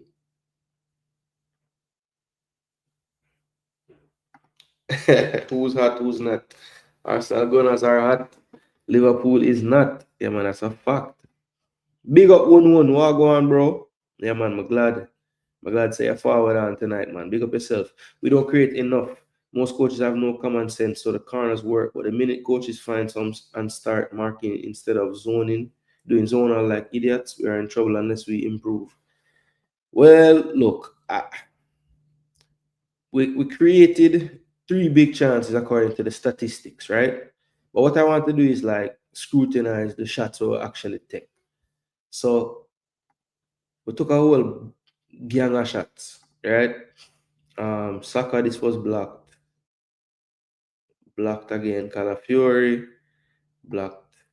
So Gyökeres, this was saved. This is the one when Saka put him through in the channel, good pass through, and Gyökeres just didn't get it far enough to the far post. He didn't get it close enough to the far post. Sorry, I remember that. So that's one of the big chances that were registered, right? A little bit of off center, but I would agree that it's a big chance. Then Trossard also got a big chance from open play, and that is from the is the rebound. Did he put it wide? I think that's from the rebound. So that's another big chance them count. That's weird. So I'll say it's still at 1. I don't get it. And they're counting that as a big chance. I know, Trossard. He should have done better with that one. I don't know how Martinelli missed. I don't know how Martinelli missed this after him spin the defender and shoot. Martinelli should have buried that. Make it 2 love. But yeah, 63% Arsenal, 1.87, like I said, that needs to be higher. It needs to be like heading towards 3 for the XG, you know? For me, for the dominance we had, I agree with Hunun that we're not really creating enough, you know? Well, I go on cranky there. But I mean, it's say it live, you know. I go back and watch go watch the show. I like the topic tonight. Who's in and who's out, you know? Because a lot of Jamaica fans can realize everybody call for them ballers, you know. But you see when you ask them who must drop, you have somebody dodge a question yet? Just ask a Jamaican who them would have dropped for them baller. Them dodge you like the giraffe. Trust me. Well, you wouldn't dodge a giraffe, Cranky, because we know that that's a your thing there.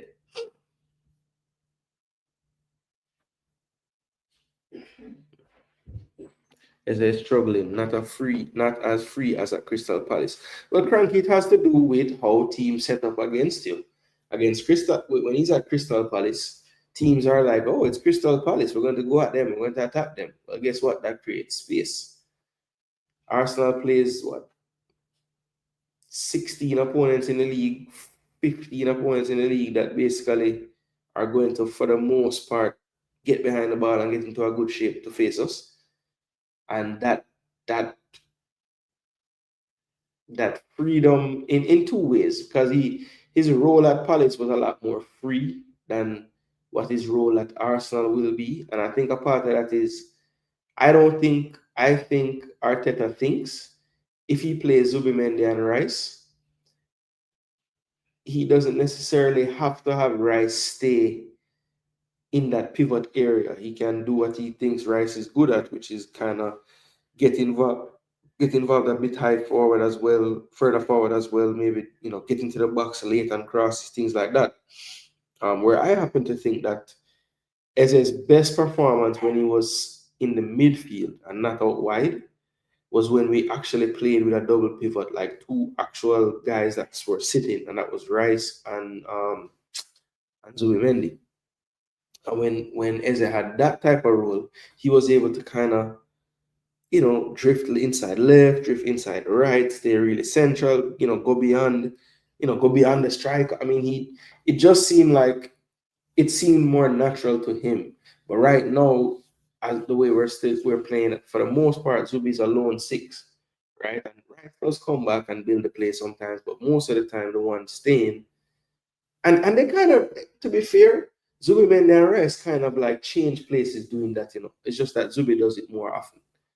But sometimes it looks like Rice is the one that he wants coming to get it off the back line, and Zubi kind of goes into a like some kind of half space, whether it's on the left or the right, and that's what they build out sometimes too. So zonal marking is a stupidness. I saw it once when I was a child. The opponent scored 2, and I thought I would never see it again. Never thought a day would come when every coach would be this dumb. Yeah, look, the main thing, the main issue I have with zonal marking is just the inability that the player in the zone has to win the ball, because you don't have any momentum. You're not moving. You're just standing there. So yeah, that to me is just that's the toughest part. And then also, what I've seen them try to do when they go zonal now to try to make up for the fact that they're not being marked, like players aren't like individually being marked, they'll probably have some shadow players that aren't in a zone. So, for example, when in for that goal, right? There's 2 players kind of shielding Magalhaes because they know he starts at the penalty spot or top of the 18, does his little move and runs either near post, far post. Well, rarely runs far post, but he either runs like to the middle of the goal or he runs near post. So this particular time he ran near post, and there are 2 people chasing him. So I think zonal marking has to be accompanied by some form of man marking by the people not responsible for a zone. But then it becomes a game of, okay, so do you want your best defenders and headers of the ball to be with the player and chasing them into the area and then defending the play? Or would you rather have your best defenders kind of in each zone? But again, I don't see how you get past the fact that when you're zonal marking, you're literally standing still before the ball kick. So how you going to have any momentum to get up and win the ball after that? It don't make sense. Yeah, Eza has been quiet and people not really talking about it. But I'm telling you, if Odegaard puts down that performance today, all the Arsenal people are saying bench him, take the captaincy, everything. So we need to keep the same energy.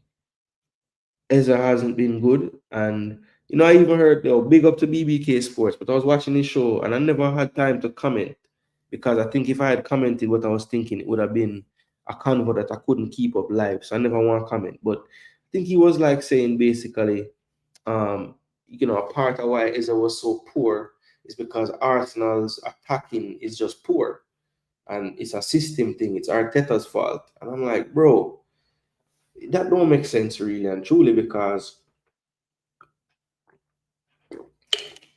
how many times when Odegaard used to have good performances with the same coach, we are cussing and say if he did have a striker. Now we get the striker. Odegaard has actually played better in his little barely playing time so far. And Ezra comes into that role and hasn't been as influential in terms of spells of games. So like Ezra has moments, the pass to Martinelli was from a central position. When he and Odegaard started the game, that the last injury he picked up, they look good as the basically 2 10s. So yeah, the pressure of playing for a big club, yeah man, the shirt is not as light. It was a difficult angle. Yeah, it was. It was. I think you're talking about the shot that Saka sent through. We create very few clear-cut chances. Yeah. Arsenal shirt weighs heavy upon some players. Facts. I think Cranky laugh about the yeah, we know why you laugh. When we talk about the army. True, it's early though. The restrictive tactics of the coach also weigh heavy in my opinion. He had freedom at Palace, less at Arsenal. I think he's best with freedom to roam. Yep. Roamers take away from our ability to stop the opponent. So I always use the B word one balance. We can't have it all. We can't have a team that is super attacking and also lead the league in clean sheets. It's not possible. So hey, I still feel like we can create more though. And honestly, I don't think Eze is not as productive because of the lack of freedom. I just feel like he just needs to have more conviction with what he wants to do. He's taking too long to do whatever he's doing. A couple times him just kind of got caught on the ball yesterday. And that's not something that normally happens to him. Um, and yeah, there were plays when you go back and you look at his performance by itself. There were plays when I'm telling you, if Odegaard did that, one would have said the man never tries the through pass and this and that. And there were times when he didn't try it in the game and end up losing the ball and stuff. So let's not make excuses for him. He's my guy. I'm so happy he's there. But I can just judge him off of that game then. He wasn't good. And I'm not going to say, I'm sorry. I don't love Arteta. I don't hate Arteta. But I'm not gonna say that it's because of his tactics why certain things did go on in the game. No, I don't agree with that. I don't agree with that. Yeah, man. I like the topic, man. I go watch it. Probably let that put me to bed later. You think that that's it, or he was just less burdened at Palace and more stressed here? Big fish, small pond versus big fish in the ocean. Look, I think Eza has the mindset to be okay playing at Arsenal. I don't really think it's a shirt heaviness thing. I just think he just, well, all right. Look at it this way: when you look at Eza at Palace, even, you know, for how he looks in stretches of seasons, you would think that he could get to like 15 goals, 20 goals, but he's never done that. And I just feel like Eza is the type of player that is kind of streaky. He'll have a couple of games where he looks great, incredible. He might have one that's good. Then he might have an average. And he's going to have a stinker somewhere in the 5 or 6 games. That's the Eza that I have seen most of the time. So sometimes when you get a player, all you really think about is like, when is this player at their best? And Eze's best is top notch. That's why everybody was so damn happy when he came. But let's not forget that he still has some inconsistency to his game. He's not like he's just the perfect player. Lots of struggles this season. Isak, Verts, potential remain locked. Man to man has gotten tougher on set plays because teams now use a lot of pick plays to free up players. That is true. A lot more thought it goes into the screening and everything. True, that's one of my major issues. Standing jump against people with a running jump. Yeah, exactly. I want my best players in the air, marking the opponent's best. Have to have a few zonal. That was always the case, but everybody else should be marking and matched up with people of similar size. Yeah, because Gabriel ever get marked by Doku and them, man. It's crazy. We have 4 or 5 running into one area, so the zonal thing leaves you outnumbered in that area. The ball goes there, you are in trouble. Have to mark and block players like Liverpool and Bilbao did. Facts. Yeah, some teams just literally block, like just put up a wall to block runs. Like strategically, of course, can't do it too obvious. I said at the beginning, Eze should have stayed at Palace with Mark, Mateta, etc. They were a real threat. Yeah, well, he wanted to come to the club. I disagree. Movement pulls defenses around, pulls players out of position, creates space, and makes you more difficult to stop. Everybody stays in the same position, so easy to prepare for defensively. No, okay. So I understand that point there. With the lack of variation. But I do think, like, even though they predominantly stay in the same position, they don't receive the ball in the same place. So sometimes when Ezra got the ball in this game, he was like in his own half receiving and collecting the ball, which you're gonna see a different picture from there, right? Other times he got the ball like in the perfect pocket behind the midfield in front of the defense. He would turn and he just didn't. He had options, could have tried a pass, and he just wasn't pulling the trigger. So I agree with you that the positional, like how static we are at times positionally, is different for him because he likes to really roam around and float. But again, I think what makes us like not completely stagnant as an attacking team is the fact that we do a good job of varying, like, the verticality, right? So sometimes Eze receives the ball as a square pass, right? Other times he makes sure to stay above or in between one of the lines, and whether it's the defender or whoever, they kind of find him through that area. But that's what was intriguing about when Odegaard and him played, because it wasn't. I remember Odegaard, like, picking up the ball like left of center, him picking it up right of center. They were kind of doing that type of thing. But I think when, for whatever reason, when Rice plays, it's a little bit different. But the thing that I don't understand is it could easily be where as a and I think honestly, I think he does that more so for the possibilities of when we don't have the ball. Because when you give that freedom of movement and everything, like what you see with Palace, you can concede 3 fucking goals. you know? So I'm telling you guys, it's about balance. And the thing is, he's gone overboard to the defensive side, and that's obvious. He just needs to like tweak it some more to get more to the attacking side. Because I mean, do we really need to have 30 clean sheets out of 38? No. We can still win the league if we get 24 or 20, you know? But he probably wants to break the clean sheet record. That's what it looked like. As I didn't have to be preoccupied with competing for a slot at Palace. That is another factor as well. That's another factor as well.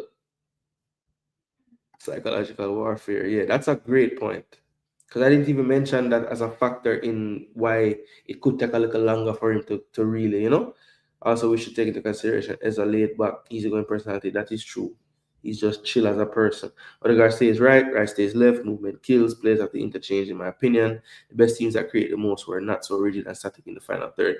Yeah, look, I think a part of the reason why City is a little bit better now, like it's clicking a bit better now, is because if you look at even a Doku, for example, Doku is picking up the ball central, right side when he's playing left. Like I've never seen Pep give this much freedom to his wide players ever. You can ask Henry about it. The man say, yo. The man say, yo. The man say, yo. If the man see me come even halfway towards where the 18-yard box is, the man blow him whistle in a train and say, Henry, when the ball reached here in the pitch, you go this way. Until then, you stay wide. Yeah, bro. So he has kind of tweaked that as well this year, because maybe he realized, it's getting too predictable. Haaland in the middle, not giving us much. I need to do more with some other movement, And maybe that is the answer for Arsenal, because we have a kind of similar profile striker to Haaland, but maybe that's what's needed. A little bit more interchanging of the wingers, Saka. Because to be honest, Saka don't look uncomfortable receiving the ball anywhere. Left, right, central, anywhere. So if you have players with this skill set, Eze is comfortable right, left, central. So you literally have the personnel to do it. Trossard can play central, right. So you have the personnel to be doing that actually 1-1. So who knows? Maybe one day somebody can clip this and him see it. Yes, he has teams for parking the bus and we have 2 DMs and little freedom. I don't understand. There are games where you have to be more rigid, but we are that way all the time. Yeah. I think yesterday was always going to be a chance for that type of game, because he's looking at it like, damn, we haven't gotten a good result here. We need the result. But I think he was going to try, 1-1, because if you look at that game, I think it was what was that last game that my boy got injured? Odegaard. Was it against Nottingham Forest? Forest was the game that he came back and then left. Who was it against? Because he was out. He didn't play this game. I think this was it, Pretty sure this was it.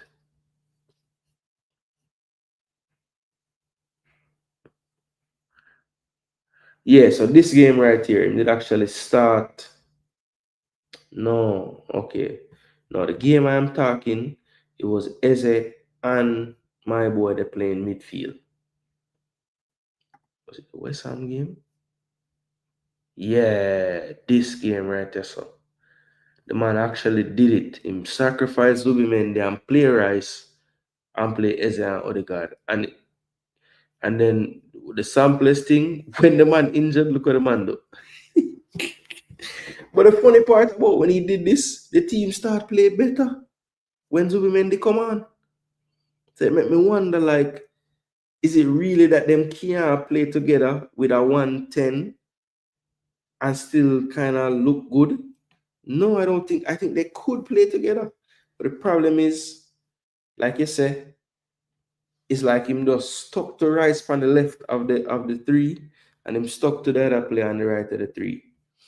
When I think the better shape would be to do a triangle, and you have Rice and Zubi sit, and you give the freedom to the 10. Whether it's Waneri, Odegaard, Eza, whoever it is, give them that freedom. And especially if it's Eza. If it's Eza, Trossard, and Saka, all three of them comfortable all three places. So you can just rotate and do your thing. Difficult to stop. For a game with Arsenal, you know exactly where everybody will be at all times. We're a bus parker's dream. City traveling slowly and surely by February, you know. We see the real version. Hey, Logan, Madonna say it from the show start, bro. Madonna say it from the show start. That City does are under the radar, bro. Yeah, they're horrible. They're horrible.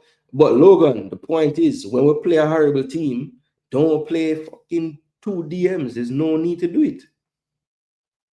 Africa will Doku to Pep. You better allow him these freedoms. But seriously, Pep trust him now and he's clicking.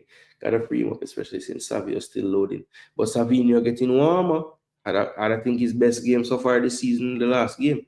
We should win it this season. Liverpool ain't that good. They weren't that good last season, in my opinion, and we let them run away. City might get deductions, which could kill them. We have to win it. Brother, City ain't getting deducted nothing. How many years now we are here this? It's never been easier to win the Prem. Hey, won nothing football, no team good enough. So it should have been easy all the time. Bro, we need a number 8 left winger and another 10. Me mama clad. So we need a number 8. We need a number 8. Number 8. Okay, a left winger. I can agree with that. I will take our next left winger. And another 10. I don't. Why we need another 10? We have 3 solid number 10 right now. Why you want another one? All right. Well, clearly you want to get rid of a 10. So which 10 you want to get rid of? Yeah, bro, I have to wake up in 1.5 hours. It's gonna be a long day. Ooh. Well, I guess at this point you might as well stay up, right? If you go back to bed now, it's worse. Liverpool team is bigger than the coach Gooner. Ah, boy, I will soon get there now. A box crasher, you see it. Oh, you want a box crashing 10? So we don't have that, man. One Mikel Merino. What's a deducted? That sounds like poor club problems. I'll be in a coma if I sleep now. Yeah, bro. I know that go. Like you wake up and you say, John Star, I could have get some more sleep, you know. But it literally make it worse when you do that. And then try to get up when you go back to sleep, bro. So just beat a coffee or whatever your choice is, a tea. And at least you have something for go and listen to make the time pass. Even though the show soon done, sorry. All right, I'm spend a whole heap of time on Arsenal because I don't know on my side. No disrespect to the other side them. But yeah, I had a lot of thoughts after this game because I hear in the narratives about the team and the coach and the this and the that. So I just want to get a couple things off of my chest. I see your points though, one about the rigidity, and I'm going to watch that like a hawk because you and I can't be the only one seeing it, and we have a technical team there. So let's see. Let's see. I think we have the personnel that could do more of that. Even if you're saying, okay, I don't really want my midfielders to be doing that for the balance in transition. At least do that with your forward line then a little bit more. You know what I'm saying? But let's see. And another creative 10. So you are one of the one them where ball for 1 year play but want to get more player. So no go on, man. Then when the man not play, yo, the man not trust the youths, them, you know. Then you call for your next Ross ball if you take him game them. People just greedy, yeah, man. The whole I wanna need to go wait name there. Go work at Chelsea where them just let you buy everything. All right, Aston Villa Tottenham. We're not spend a bag of time on this because we run out of time. But this game was I wouldn't say a shocking result. I think Villa has been showing signs of life of late, and I did predict this 2-1 game correctly. I had one. I just want to big you up as well for getting the Sunderland Wolves game right. I did not mention that earlier. But yeah, myself had the 2-1. So did I had one. And so did Red Skull as well. Big up yourself, Skull. So we all had the 2-1 for Aston Villa.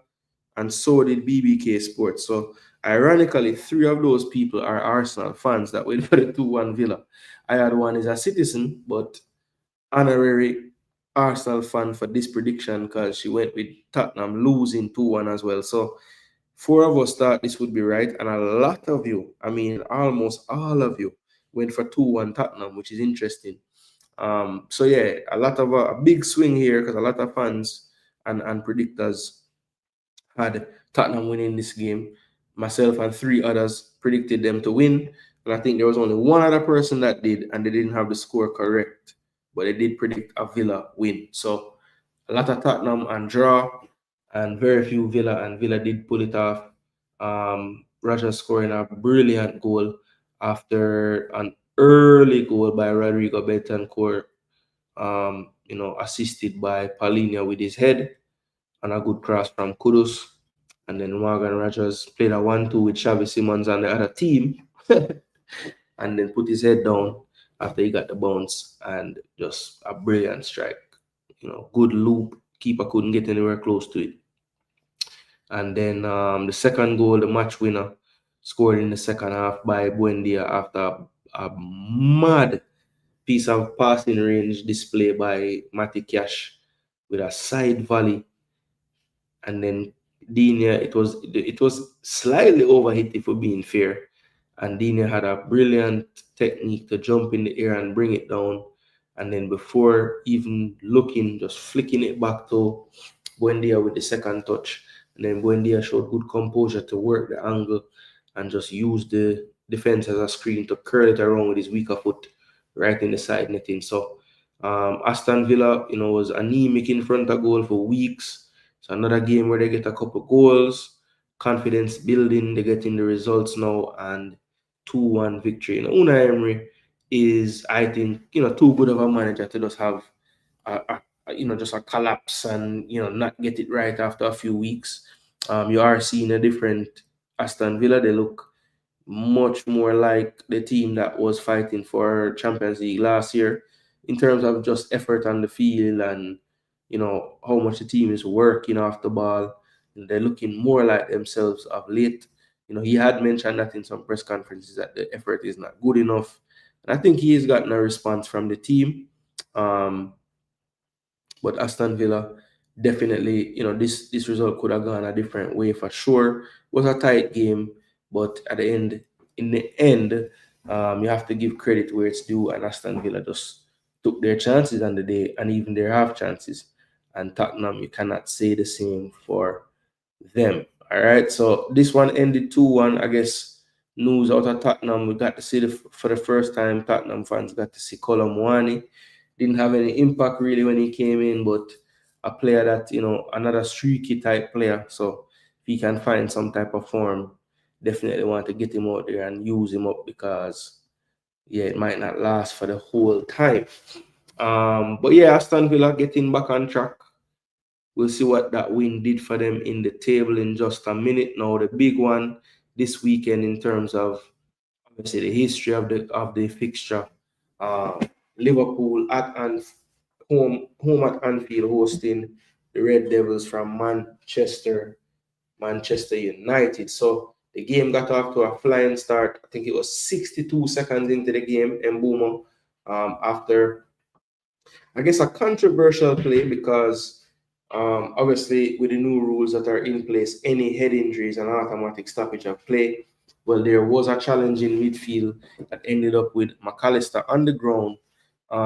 It was basically a jump between Van Dijk and Mbumo and McAllister, and I want to say it was Mbumo's hand that may have caught her elbow accidentally, not like a swing or anything, just in the motion of jumping and landing. I think that's how the blow happened. And immediately McAllister went down, but the play continued.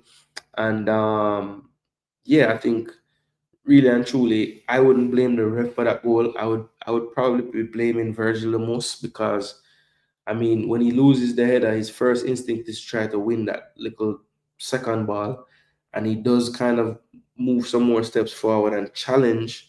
The ball beats him, and he just didn't have the urgency required in that moment to run back. And I think Diallo did well to not hold that ball when Mbuemo made the run and give it to him, because I think he realized that Virgil was the wrong side. Now, Konate tried his best to cover for him, but Mbumo had a good, quick finish. Didn't think about it, didn't try a chop. Just put his right foot through it, and it basically almost went through the goalkeeper. And then, honestly, Manchester United had some decent chances, but Liverpool did answer well. They had decent possession. I think the knock on them in that first half was just not really creating enough, like, clear cut opportunities. And then really and truly, before was looking like it was gonna be 1-1. Manchester United came really close. Good play down the right hand side, the cut back to the top of the box, and I think Bruno Fernandes hit the post, and it went out, and the keeper was beaten right there, but could not get it inside that post. Then we move into the second half, and not no changes from Liverpool side of things until the 62nd minute, when a triple change was made. Two of the new signings, Ekitike and Verts, came on, and Curtis Jones came on for Gravenberg, who was not his usual self in the game. I think he was listed as doubtful in this one, and he wasn't as influential today as most of the games he's been playing. Um, but yeah, and then after that triple sub there, um, they made another sub in the 72nd minute. Chiesa finally came on. People were asking about him. Isak had another lackluster performance, and then shortly after Chiesa is on, he gets into a good position off the left and sends it across the box, and Gakpo taps it in. And funnily enough, before this goal, Gakpo, I think, hit the post or crossbar twice. And then he finally scored this goal. Now, on the replay, it looks like he literally was trying to miss again, because it didn't get clean contact at all. It went in on the side netting, when I'm sure he was trying to put it right in front of him in the middle of the goal. But it went in nonetheless, and then it was from a short corner routine. The ball was played short to the top of the box, and Boomer fired a shot. It got blocked and flew back out to the corner taker, Bruno Fernandes, who just put it back inside footed. And Konate just got pretty much caught underneath the flight of the ball, and Maguire was on the spot to head to the far post. No chance for Mamarshvili in goal. So that one made it 2-1. So a couple more subs were made. Salah came off. Salah was poor again. Set up a good couple chances, but he himself in front of goal was really struggling. I mean, that one that fell to him at the back post, and I think he tried to use the outside of his left to get it near post past the keeper, but got it horribly wrong and just kicked it dead straight into the crowd. Yeah, that just kind of summed up what he has been like in a Liverpool jersey so far this season for the most part. But yeah, look, Manchester United, great win. I mean, what can I say? Amorim got a vote of confidence from Ratcliffe, saying, listen, he won't be able to prove himself until 3 years' time. Obviously, he didn't come out and say, yes, he'll be here for 3 years. But if that's his thought process, I would like to think he's not going to overreact to anything. Shouldn't get too high for this win against Liverpool, and shouldn't get too low if they lose to Fulham next week or whoever they're going to play. So I think right now they're going to have these growing pains. But I always said to everybody, under this manager, Man United play them best games against the best teams. Literally. The best games I see them play is against the better teams. against Arsenal in the first game of the season. They played great, had a really good game. You know, they didn't have this type of expected goals against us in the first game, I don't think. But I'll check that. They might have. But 1.34 for United, 2.75 for Liverpool. So that just go to show you how wasteful they were. But the difference, I think, in this game was Man United stayed with them with the chances. 5 big chances apiece. So that just goes to show both of these defenses need a lot of work, as far as I'm concerned. And again, it goes back to the balance point.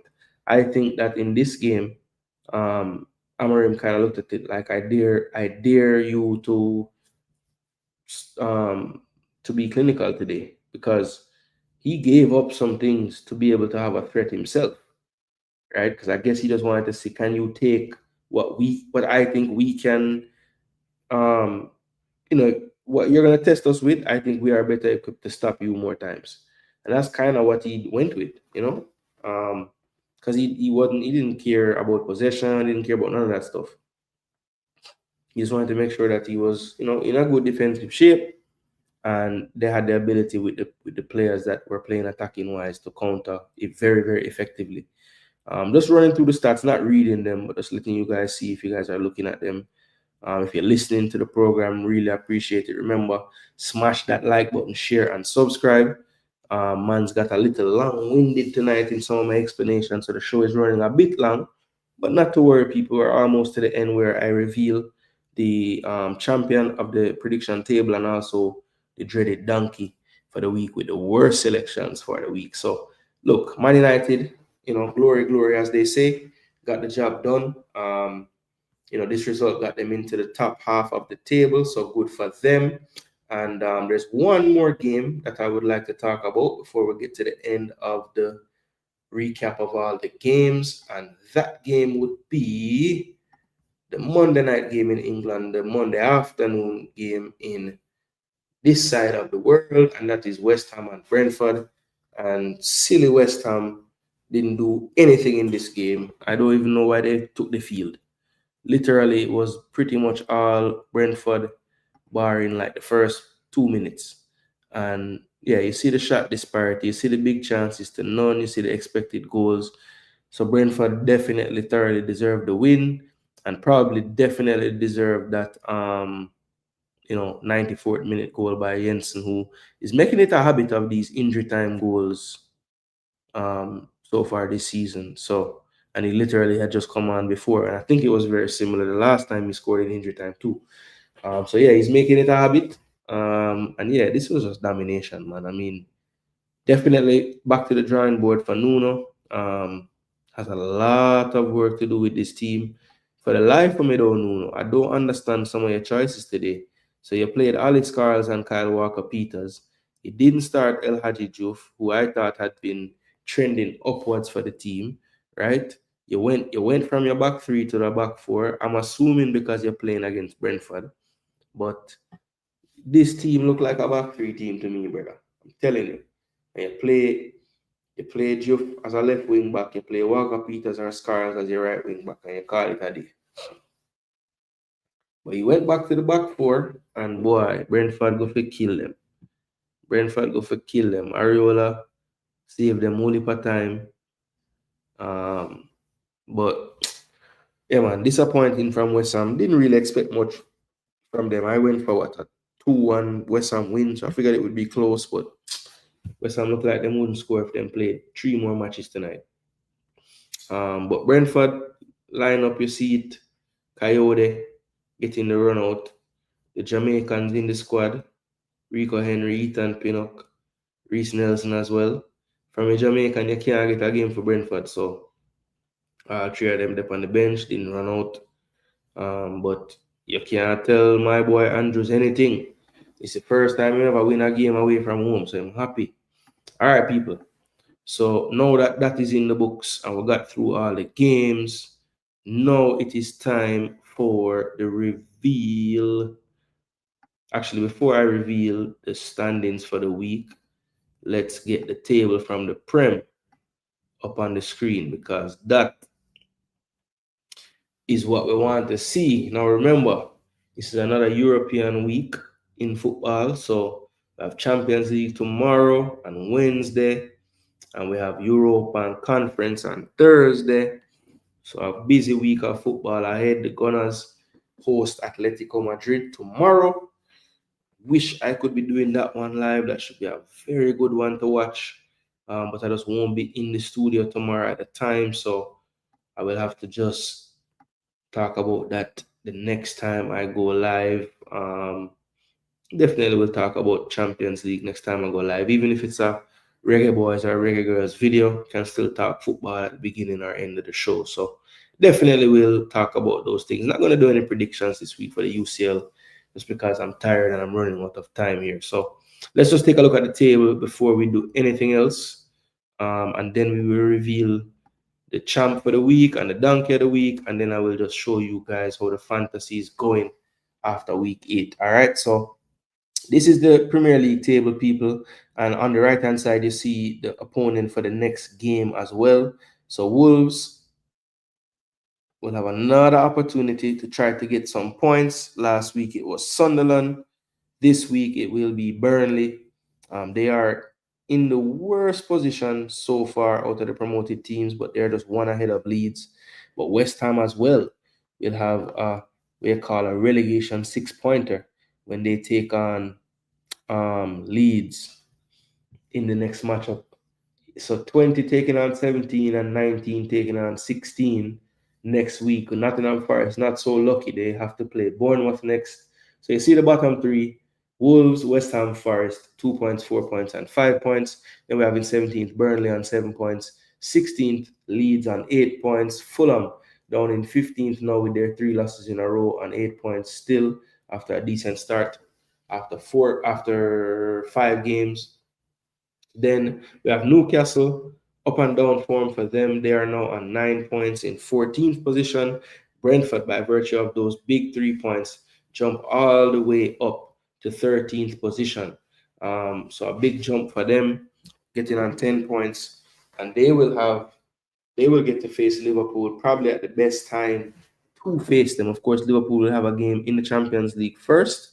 Let's see how that goes for them, but yeah, clearly they're kind of searching for something now, so Brentford might be happy about when they're facing them. Everton in 12th on 11 points. Then we have Aston Villa and Brighton tied on points, but Brighton with a better goal difference by 1. Villa in 11th, Brighton in 10th. Then we move to the teams with 13 points, and that is Man United on 13 points. 3 wins from 4. Can't say when last we have seen that in the league from Manchester United, but they're up to 13 points. And their fans will tell you we are just 1 point off of 5th, right? So they're just so happy right now. But big win, so let them get their celebration in. Crystal Palace, they're on 13 points, 8th position now. After that unbeaten start, they did lose a game last week and then drew this one. Obviously, you can't be too mad. You were down 3-2 in the 89th, but when that chance falls to Mateta in injury time after the equalizing goal, really and truly, they should be on 15 points just based on that one chance. But it wasn't meant to be there on 13, and their prize is to a trip to the Emirates next weekend. Now we have Sunderland in 7th position. Yes, I said it. Sunderland in 7th position, only by virtue of goal difference, as Chelsea and Spurs also are on 14 points, but have a better goal difference. Chelsea in 5th by virtue of goals scored, as the goal difference is identical with Spurs. Then we move into the top 4. Liverpool down to 4th now after those 3 L's. Wow. I don't think Arne Slot lost three in the whole season last year. Well, until they were on the honeymoon at the end. Liverpool will face Brentford, as I said earlier. Then we have Bournemouth in 3rd position, one of the surprises so far this year. To some, people would have had them as maybe this year's Nottingham Forest, in terms of a team that you weren't thinking about that could maybe push for the European places. But Bournemouth definitely had little run-ins with the top 6 last season, but never really quite solidified it. Well, let's see if this is the year when they put it all together throughout the season to be there when it's said and done. And then Arsenal and Man City, identical form the last 5 games. In fact, the draw came against each other, but they have wins around those. And right now, they kind of set the pace in the Prem. Man City on 16 points plus 11 goal difference. Arsenal on 19 points plus 12 goal difference. All right, people. So that is the Premier League table as it stands. And yeah, man, exciting times ahead. As I said, it's a crunch schedule for all these teams. I think any team that has European involvement, there are 7 matches to play. Um, well, 6. And I think in England, there's also the League Cup going on, which I think makes 7, if I'm not mistaken, because I think Arsenal does play a League Cup match in this time between the October and November winners, if I'm not mistaken. All right. But now let us move on, people, to the reveal of the winners and loser of the week. All right. See how big side go to work? Let's build, man. Take your winnings from the game and just build. On paper, and I'm a citizen. City defense is tragic and midfield inconsistent.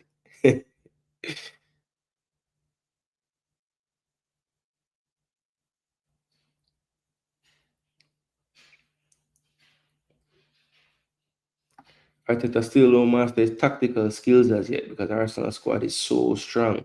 Emery's a serious coach. He has had no support at Villa. He's in the green. He has spent nothing at all and has done great. It's the history of Tottenham. Facts. Arguably, Arsenal has the best squad. The Egyptian King kind of sketch. Yeah, the only squad that rivals ours, if we're just talking squads, is City. Because I know that our defense is superior to theirs, but their attackers and attack and midfield might they might I don't know. I mean, I wouldn't say they're better, but they might be when you overall add up everything. I think Haaland is like a bunch of extra notches for your attack. So that might, even up everything up there. For the depth we have, the quality they have at the top end. Agree, Mario Logan, wholeheartedly. And I would even say the most major trophies, which are the EPL or the Champions League.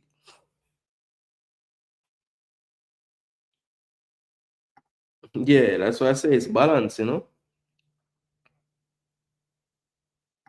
Arsenal love to be engaged and not too fond of the actual wedding. City needed yeah, man, you guys needed 2 CBs and you just needed defenders, period, I think. Technically, if you're attacking and pressing, the defense don't need to be good. That's been City modus operandi. But all right, you see, it's interesting, because they got away with it in the league a lot of times for real. But they couldn't get over the hump in the Champions League till the man build that defense with the 4 centre back them and create a system where them have a little more stability when them lose the ball. But you're right, in the beginning part, and even still, bro, they had some damn good defenses, man. They had a prime Laporte who was so underrated, I thought. He used to get a bad rap and people used to diss him. But he was good, man. Calm, you know. I don't know, man. When he got bad, he got bad. But he was good at first. Liverpool signed some big players and them lay him out. Well, look, I always said that this is the year when Slack might have to actually manage because he have a team that he can close his eyes and you know, say I start scout Sheffield Wednesday. But yo, Africans, this is like take 17 of Wolves doing this. So don't lose faith yet. Actually, why am I even saying this? You do this every time, and then somehow you guys stay up. So I'm not buying it yet. It's a bit better now because of the acquisition, but there's a huge drop off when Glassman isn't there.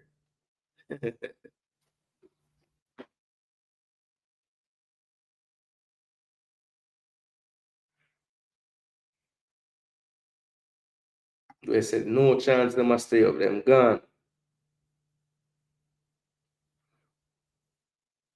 No man, he must scout Sheffield Wednesday to play them next year, not forget them players.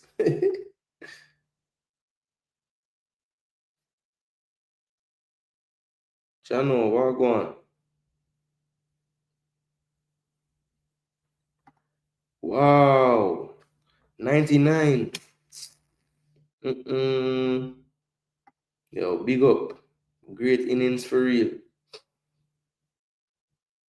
Yeah, man. Sorry for your loss, same way though.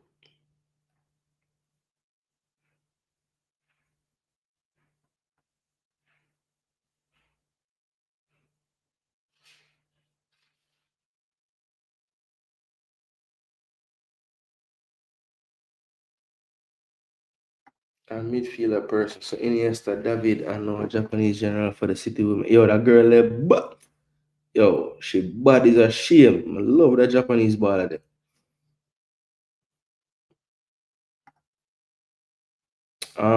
I do find it very strange. I happen to think that Nuno didn't want the player, but I don't really explain why the new man wasn't giving him no game either. But I can tell you this: I want to know which player Sean Dyche gonna play. Sean Dyche might play Ryan Yates on one wing and blow out, I don't even know who, Sangare on the left wing, and three more DM and Chris Wood by himself.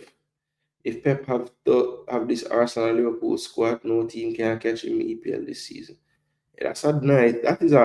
That's actually a really cool experiment. I wish could happen. Like let Pep just coach Arsenal for a year to rot it and see what happened. They were unfortunate when they lost to Madrid though. Madrid took 60 minutes to have a shot in the second leg, and the Fernandinho Lapavana in the first game, playing right back against Vinny cost them facts. But Pep does that one tactically brilliant all year just to in the semis and finals of the big competitions just out Pep. Like him just do too much. Our defense is so bad compared to Arsenal's though. It is.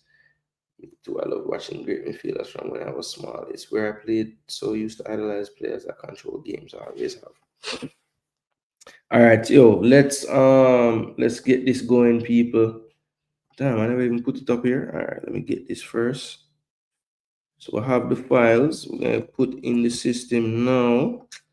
All right, and ready for the big reveal, people. So first and foremost, let's get it going. So we have the championship table, and the winner this week, we had a double winning.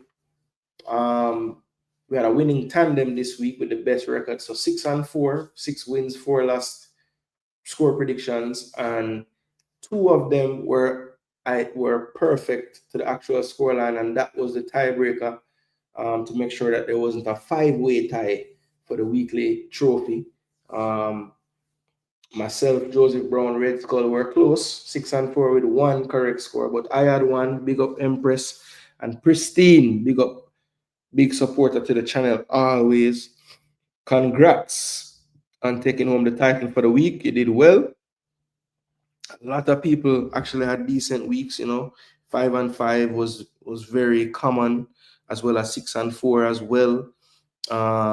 But there was one person that I don't know if sometimes you're looking at the list of games and you might skip one and put your score at the wrong place. I'm gonna just say that that's what happened to this person, because this person typically is always up there amongst one of the best ones. But not this week, people. Every donkey has its day, pun intended. And the donkey of the week for this week, people, is none other than, like I said, a perennial great predictor. But this week was not his week, and it goes to Biggs G. So he had to Biggs G, the donkey for the week. 2 wins and 8 losses. He was only able to get correct the City win and the Sunderland win. So think about all the games this week and all the things that he would have had to have done to get 8 games incorrect. If he got the City and the Sunderland game out of all the games. Interesting. So, bad mind Arsenal for them like a one love win. He never even pick Arsenal for win. So that's really why this reach him. Yeah, man, Biggs G. Don't pick Arsenal to lose or draw. And you would have one more win at least in your column. Anyway, people, thanks again for playing. You don't know that is all for fun and banter, but it's kind of serious at the same time. So you don't really want to not. Well, you definitely don't want to be in last place. But winning feels great. So big up again to Hired One and Pristine for your picks for the week and all those who played. Thanks again for making it fun, because without you guys playing, it's really not as fun, right? So, and the numbers keep growing, people. So soon need to hire some assistant and thing. But you don't know, I will go and do the work for now, you know. Can't pay no staff just yet. Yeah, man, Pristine ramp. The season are going good. And to be honest, when Pristine don't win so far, you know, always dip on the page. So I don't know. Pristine really I take this thing serious. Yeah, hey. You get to a T, you get to a T. It wasn't you. It wasn't you. Big G was worse.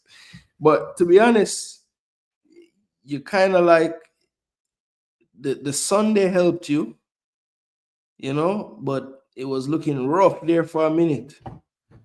But yeah, Sunday helped you a little. Like the Villa scoreline, that helped. But yeah, 2, 3, 4, 5, 6. Yeah, you missed 6, bro. You went 4 and 6, my G, but you got one score right, the Villa Tottenham. So well done there. Logan. I did with laugh. Maybe we can have an out of season competition and put the EPL teams' names in a raffle, let the coaches draw a team and play one half game. Yo, that would have bad. Arsenal. What? All right. Arsenal need to get Sean Dyche. We already have Sean Dyche, so we need to get. Just kidding, Teta. That was for the people that think you're Sean Dyche, showing them laugh, you know? Could win some money on bet 365. You see it float. You could. All right, so big up to the people then. Before we head out for the night, you don't know, we have to check in with the fantasy and see what go on. So I think the score should be updated. Yeah, the refs didn't play for Liverpool this week for once. Hey, we never even talk about soccer penalty, no call, you know. Damn, we don't want to talk about that, you know. No worry, man. Maybe we need to just do like a short video I talk about that, because I couldn't understand that one for the life of me, especially the explanation too. All right, this was how the fantasy week went for me. I got 85 points. So a pretty good week, I would say. Anytime I can get about 25, 30 over the average, that's good. Obviously somebody did crazy and got 138, but you can't beat everybody. But I'll take my 85, Dubravka, team of the week, Gabriel, team of the week, Haaland, team of the week, Mateta. I had faith in you, my boy. I repaid my faith. Thank you. So everybody was dropping Mateta left, right, and center. I'm saying, no, brother, your XG too high. You take too much shot. The damn going to break. One of them days will score a bag of goal. And this was the damn day. So yeah, only regret was not captaining him, but I couldn't go so far. I never trust him so much yet. But it does make the choice interesting moving forward, because he's a player that is streaky, and him get a hat trick today. I would be shocked if him don't score a couple more, at least 2, 3 more before the international window again. Because he does normally get his goals in bunches, a couple of games in a row, him score every game and all them something. So yeah, let's see. I mean, he should have had 4 in this one. So let's see what he does next week. But this was my starting lineup, and where I effed up this week was Alderete was listed as questionable, and I wanted to start him, but I said, okay, Diouf has a better chance of starting, and with him on set piece duty from time to time, there's that threat as well. He was getting some DEFCON contribution points. So I saw some upside to playing Diouf. Plus they were playing Brentford. I didn't think they would get a clean sheet, but I thought they would attack and he could potentially get an assist or even a goal or something like that. So instead of starting Senesi, who I just had a feeling like Palace was going to score goals on them, I started Gehi for a set piece threat, and he got me an assist from a set piece, I think it was. Yeah, so that worked out. And then Alderete, I would have just started him over Duff, but I just wasn't sure if he was going to start. But of course, he starts and gets a clean sheet. So that really and truly pissed me off, because I was going to play him the whole time. And my worry was he's kind of fit. So if him don't start, him come on and then get a point, But that's what happened with Diouf. The man benched him and bring him on half time. Like a real idiot. And then Xhaka, I was on the fence whether to go with 2 strikers, bench Gyökeres, and start Xhaka as the 5th midfielder. And at the final hour, I had a similar thought to with Mateta, and I said, Gyökeres have to break out at some point. Is this the week? And I just couldn't see myself benching him just to see him score a goal or even 2 or whatever, and then not have him start. I would be so upset. So I say, you know what? I will be loyal to Mateta and you and start the both of you. And one of them listened to my speech and did it for me, but the other one didn't. Yo, people. Yo, every week, I move up, with a 26,000 in the world now. In the USA, I'm in the top 1,000 now, 884. And every league I'm in, like invitational league, I'm in first except for this one. What the hell happened here? Jano, red, white, and black, Adrian Nunes out of Trinidad. I have to go catch that brother, because yeah. Haaland, Fernandez, Gakpo. That was the difference in this team right here. So Van de Ven, man, bench Dubravka. Shouldn't have done that. So yeah, I was sitting pretty. I was on 82 from like the first day. Or close to it. And then I just couldn't add anything to it, bro. I think I added 2 from Kudus on Sunday and 1 today. So it was looking like a potential if Kudus did anything, get like 10 or something. Could have got a 100-point week, but yeah, man, it kind of fizzled out, But Saturday was a nice day for me, trust me. But yeah, I mean, in all the other leagues, I'm doing good enough, I mean, second in this one, King of Jamaica, I think this is King's League, Ball Pre. I'm in first. I have a nice, decent size lead, another one there. Then T-Got Sports DTM, league not as big. Fambo Jenna, Stevie King, Stephen Walker, Michael Blair, Clark, Ray Clark, Kurt McCleary. So I think this is all the sports down the middle panel, man, them. Ball Pre, CC Sports Lab. I run laps around them, man, there.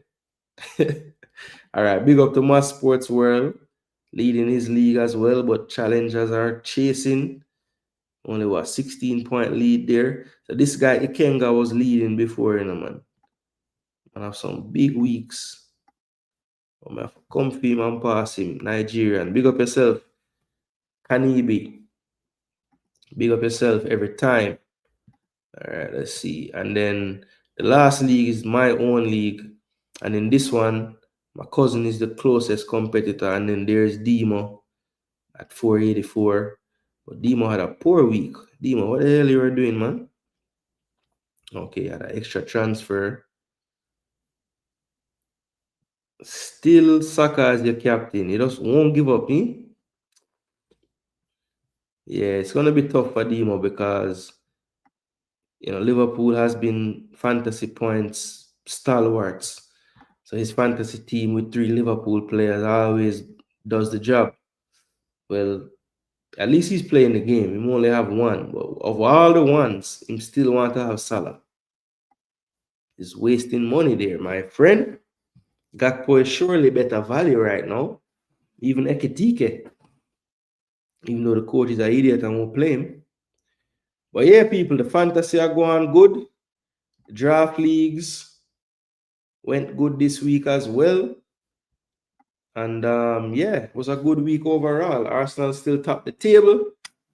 Me I top Jagar and say I'm at 23 in my league. I know. I finished in the top 100 in the world on Sky Fantasy Football 1 year. I always finish quite high, but since that stopped, I don't play fantasy football again. Okay. Yeah, man, the FPL one is decent still. This is like the second year where I really fully understand and like paying attention to try to do well. And to go good this year. I tell no lie. Yeah, man, I had a good week, man. Yeah, man, we get good score, man. You mashed up already 1-1 hush, bro. Sometimes, well, I don't know for you, but for me, like I'll feel horrible in the morning or when it's getting started out, and then normally around mid morning I will get that wind and say, all right, come, can do a thing now. But yeah, first part kind of rough still. Bless up Conrad, one Barca. And I have to wait till late this week.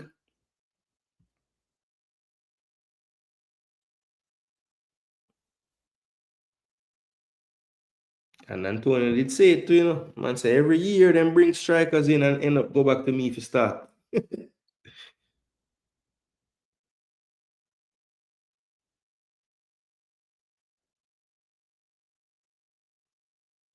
Yeah, man, it look like the main one, man. Everybody talk about that now. We say by mid-morning you flatline. Nah, man, me have faith when you go find some kind of energy from some source. I don't know where. But just trust me, I gotta say, Bomba, Jason Gooner did right, I don't know where me find that energy from. Or maybe you say, yo, I can't wait to tell Jason Gooner I'm a flatline today. Yeah, I know, but I don't know what kind of NDA form he in though to play in the EPL.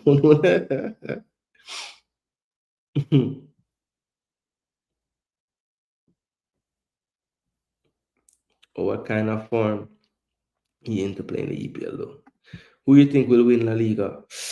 Ooh, too early to call, but too early to call to be honest. I mean, right now it seems like Madrid, but I know La Liga stay, man. There's always a ebb and a flow and a twist and a turn. Um, so yeah, I do think though that it's looking like a Madrid Barca race again. But I think if Atletico can get a little bit more consistency in the non-big games, then I think they could probably stick at least within striking distance of them throughout the season too. Because they have the quality. I just don't think they've quite found that, them dropping too many points, like just random draws here and there. They can't really afford that in with them type of team. Yeah. Um, but to be honest, there's quite a few teams that are doing well. I just think there will be a separation at some point, even more than what's happening now.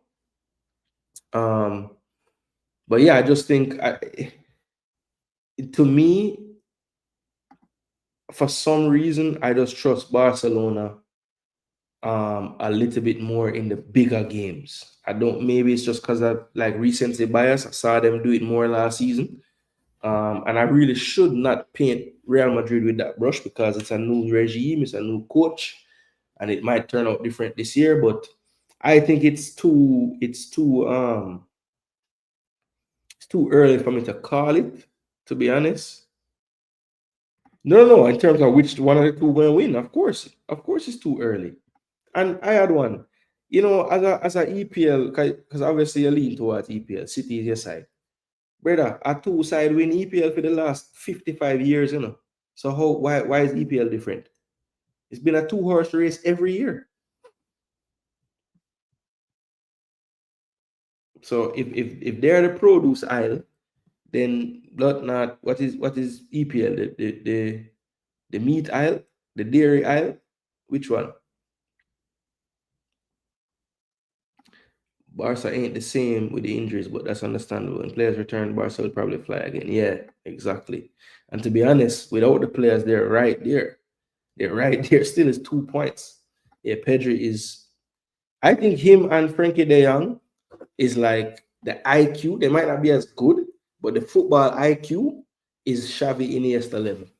They're not as good. So don't say I'm speaking blasphemous. I'm just saying football IQ wise and the things that them do, thought process wise, is on the same level as them man. They swear. Them man they see things before it even before anybody should see them.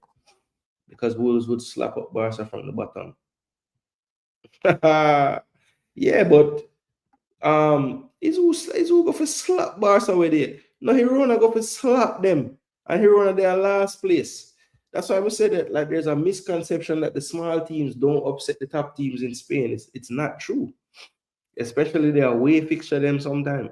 Every league is a two-horse race every time at most, but it's not always the same two horses in the Prem though. I mean, it has been.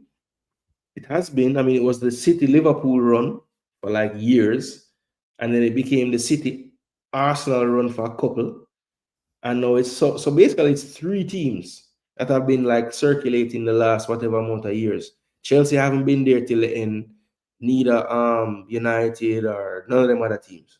So if it's not Liverpool City, it's City Arsenal or Liverpool Arsenal. It's the same teams. Yeah, it's the same shit. And I am an EPL fan. You know I love EPL. I make EPL content twice a week. But I don't buy that argument that the EPL isn't like those other leagues. It's the same set of two teams, like literally. If it's not okay, when to your point, there's a third team sometimes, but it usually whittles down to just two, and it's two of those three that we're talking about. And you can say the same in Spain. Atletico Madrid, some years is the two, and one of the other two ones drop off. So yeah, man, you just don't like Spain, and that's okay. But we don't have to create narratives that actually go against your argument, because that's what that does. Because when they analyze England title races, it's just two, just like the other league, of course. So it don't really work with the argument, is what I'm saying. It isn't. It's a two-horse race, but the teams have changed over the years. It's been a two-horse race bar 1 year for the last how many? Nah, bro. You see, you're quick to say bar how many. You want to look on the La Liga standings the last whatever years, and you're gonna say, oh, right, that year there was these two. Oh, this year was that too.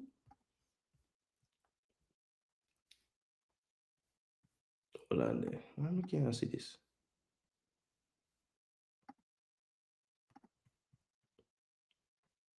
Bro.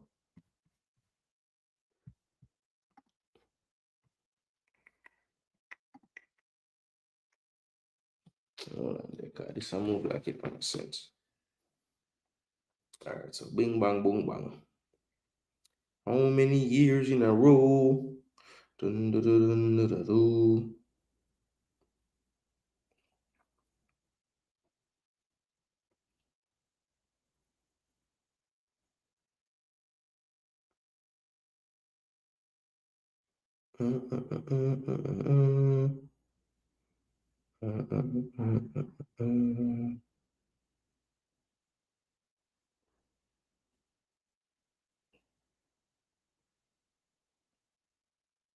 And honestly, most of these title races in La Liga, they ain't even races. The last time it was a true race till the end, it was Atletico and Real Madrid. 'Cause last year was a decent race, 4 points. The year before that was 10. The year before that was 10. The year before that was 13. All right, 2 points. Atletico Real, that's the last one. That was 5 years ago. Real Madrid Barca 5 points. 7 years ago, Barca Atletico. Real was third. Barca Atletico again. Real was third. So yeah, I mean they have the same three teams up top for like the last 10 years. Majority of them Barca and Real in second and first. So basically Arsenal is like Atletico in the Premier League, and all the other years it was City and Liverpool. Just about. So I say a lot of bad coaches in big jobs. In La Liga, it's never a Leicester. All right. So you have a point to the one anomaly season, brother. The one season. So, okay. So in La Liga, I would have to go back further to find that anomaly. But the anomaly has happened in La Liga. Just have to go back a little further.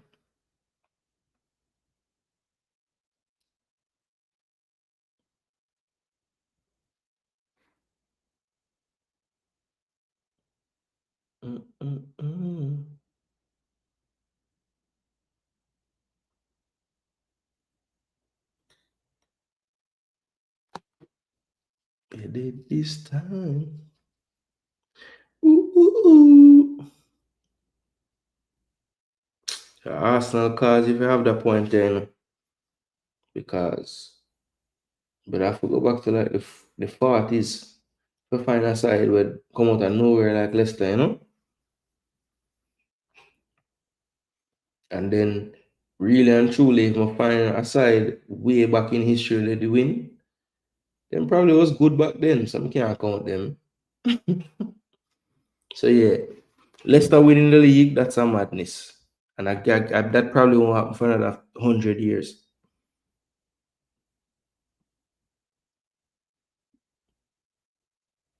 EPL not a drama. I had one. There have not been races in the EPL. Where is this?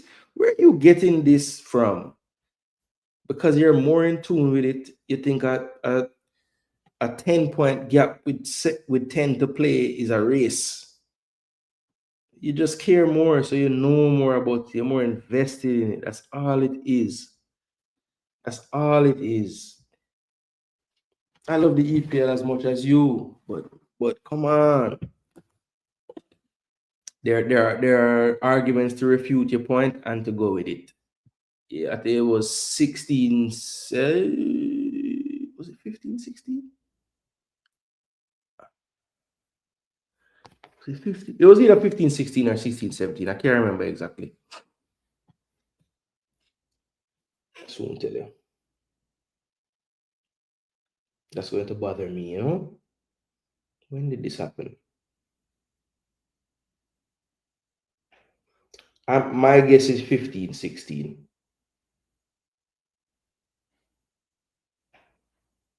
And I was correct. So 2015, 16. Strongly believe Palace could have challenged this year. If Ezra stayed, could.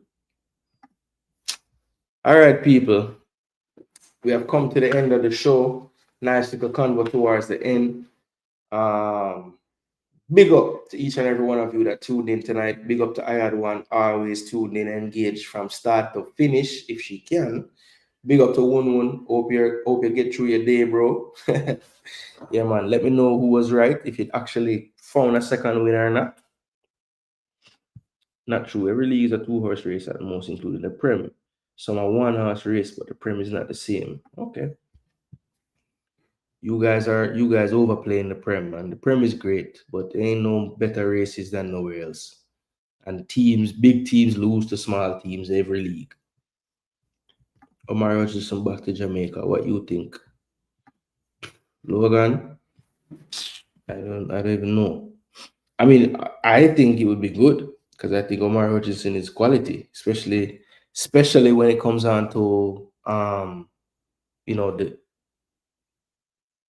the pool of players we have and the players that we play against. I mean, he would definitely be good to have for sure. Yeah, man, that's the whole thing, man. Start up a convo and have a debate, have some banter, have some fun, and obviously analyze some football too. EPL is stress you out bad. True still. Especially because of Arsenal fan. He think it is coach a trash. Yo, yeah, bro, I'm telling you, the man probably want a transfer back to Ipswich at this point, bro. Sean Dyche.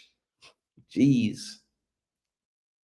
Anyway, people, big up on yourselves. As I said, man, get some rest. Long day tomorrow. Come on, you Gooners. Get the job done against Atletico Madrid. Let's see. Will Arteta, he's at home. He's playing Atletico.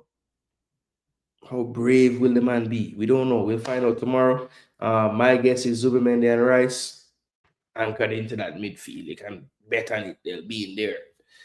And it might be Merino with him. So people going to lose their mind tomorrow. Anyway, people, big up on yourselves. Thanks so much for tuning in. I am Jason Gooner. This is Jason Gooner TV. And until Friday, when we're back for the preview show, the EPL is on pause for just a little bit. But we'll be back with the prediction show, preview, analysis, team news, FPL check-in, all Friday night. Be back. I will get the thumbnail ready for you guys. Go ahead and post it from early so you guys can drop some likes on it and get the engagement going so we can get the building nice and full. We have big reasoning Friday night we will drop the score predictions and get ready for the weekend. All right, people. So big up on yourselves. Thanks so much for the support, the likes, the views, the shares, the new subscribers. We greatly appreciate all of it. And thanks so much again, Woon, for the £5 on the board. Again, I hope you make it through the day, my bro. All right, big up yourself. Thanks so much for tuning in. Take care. Peace and love. Come on, you Gooner.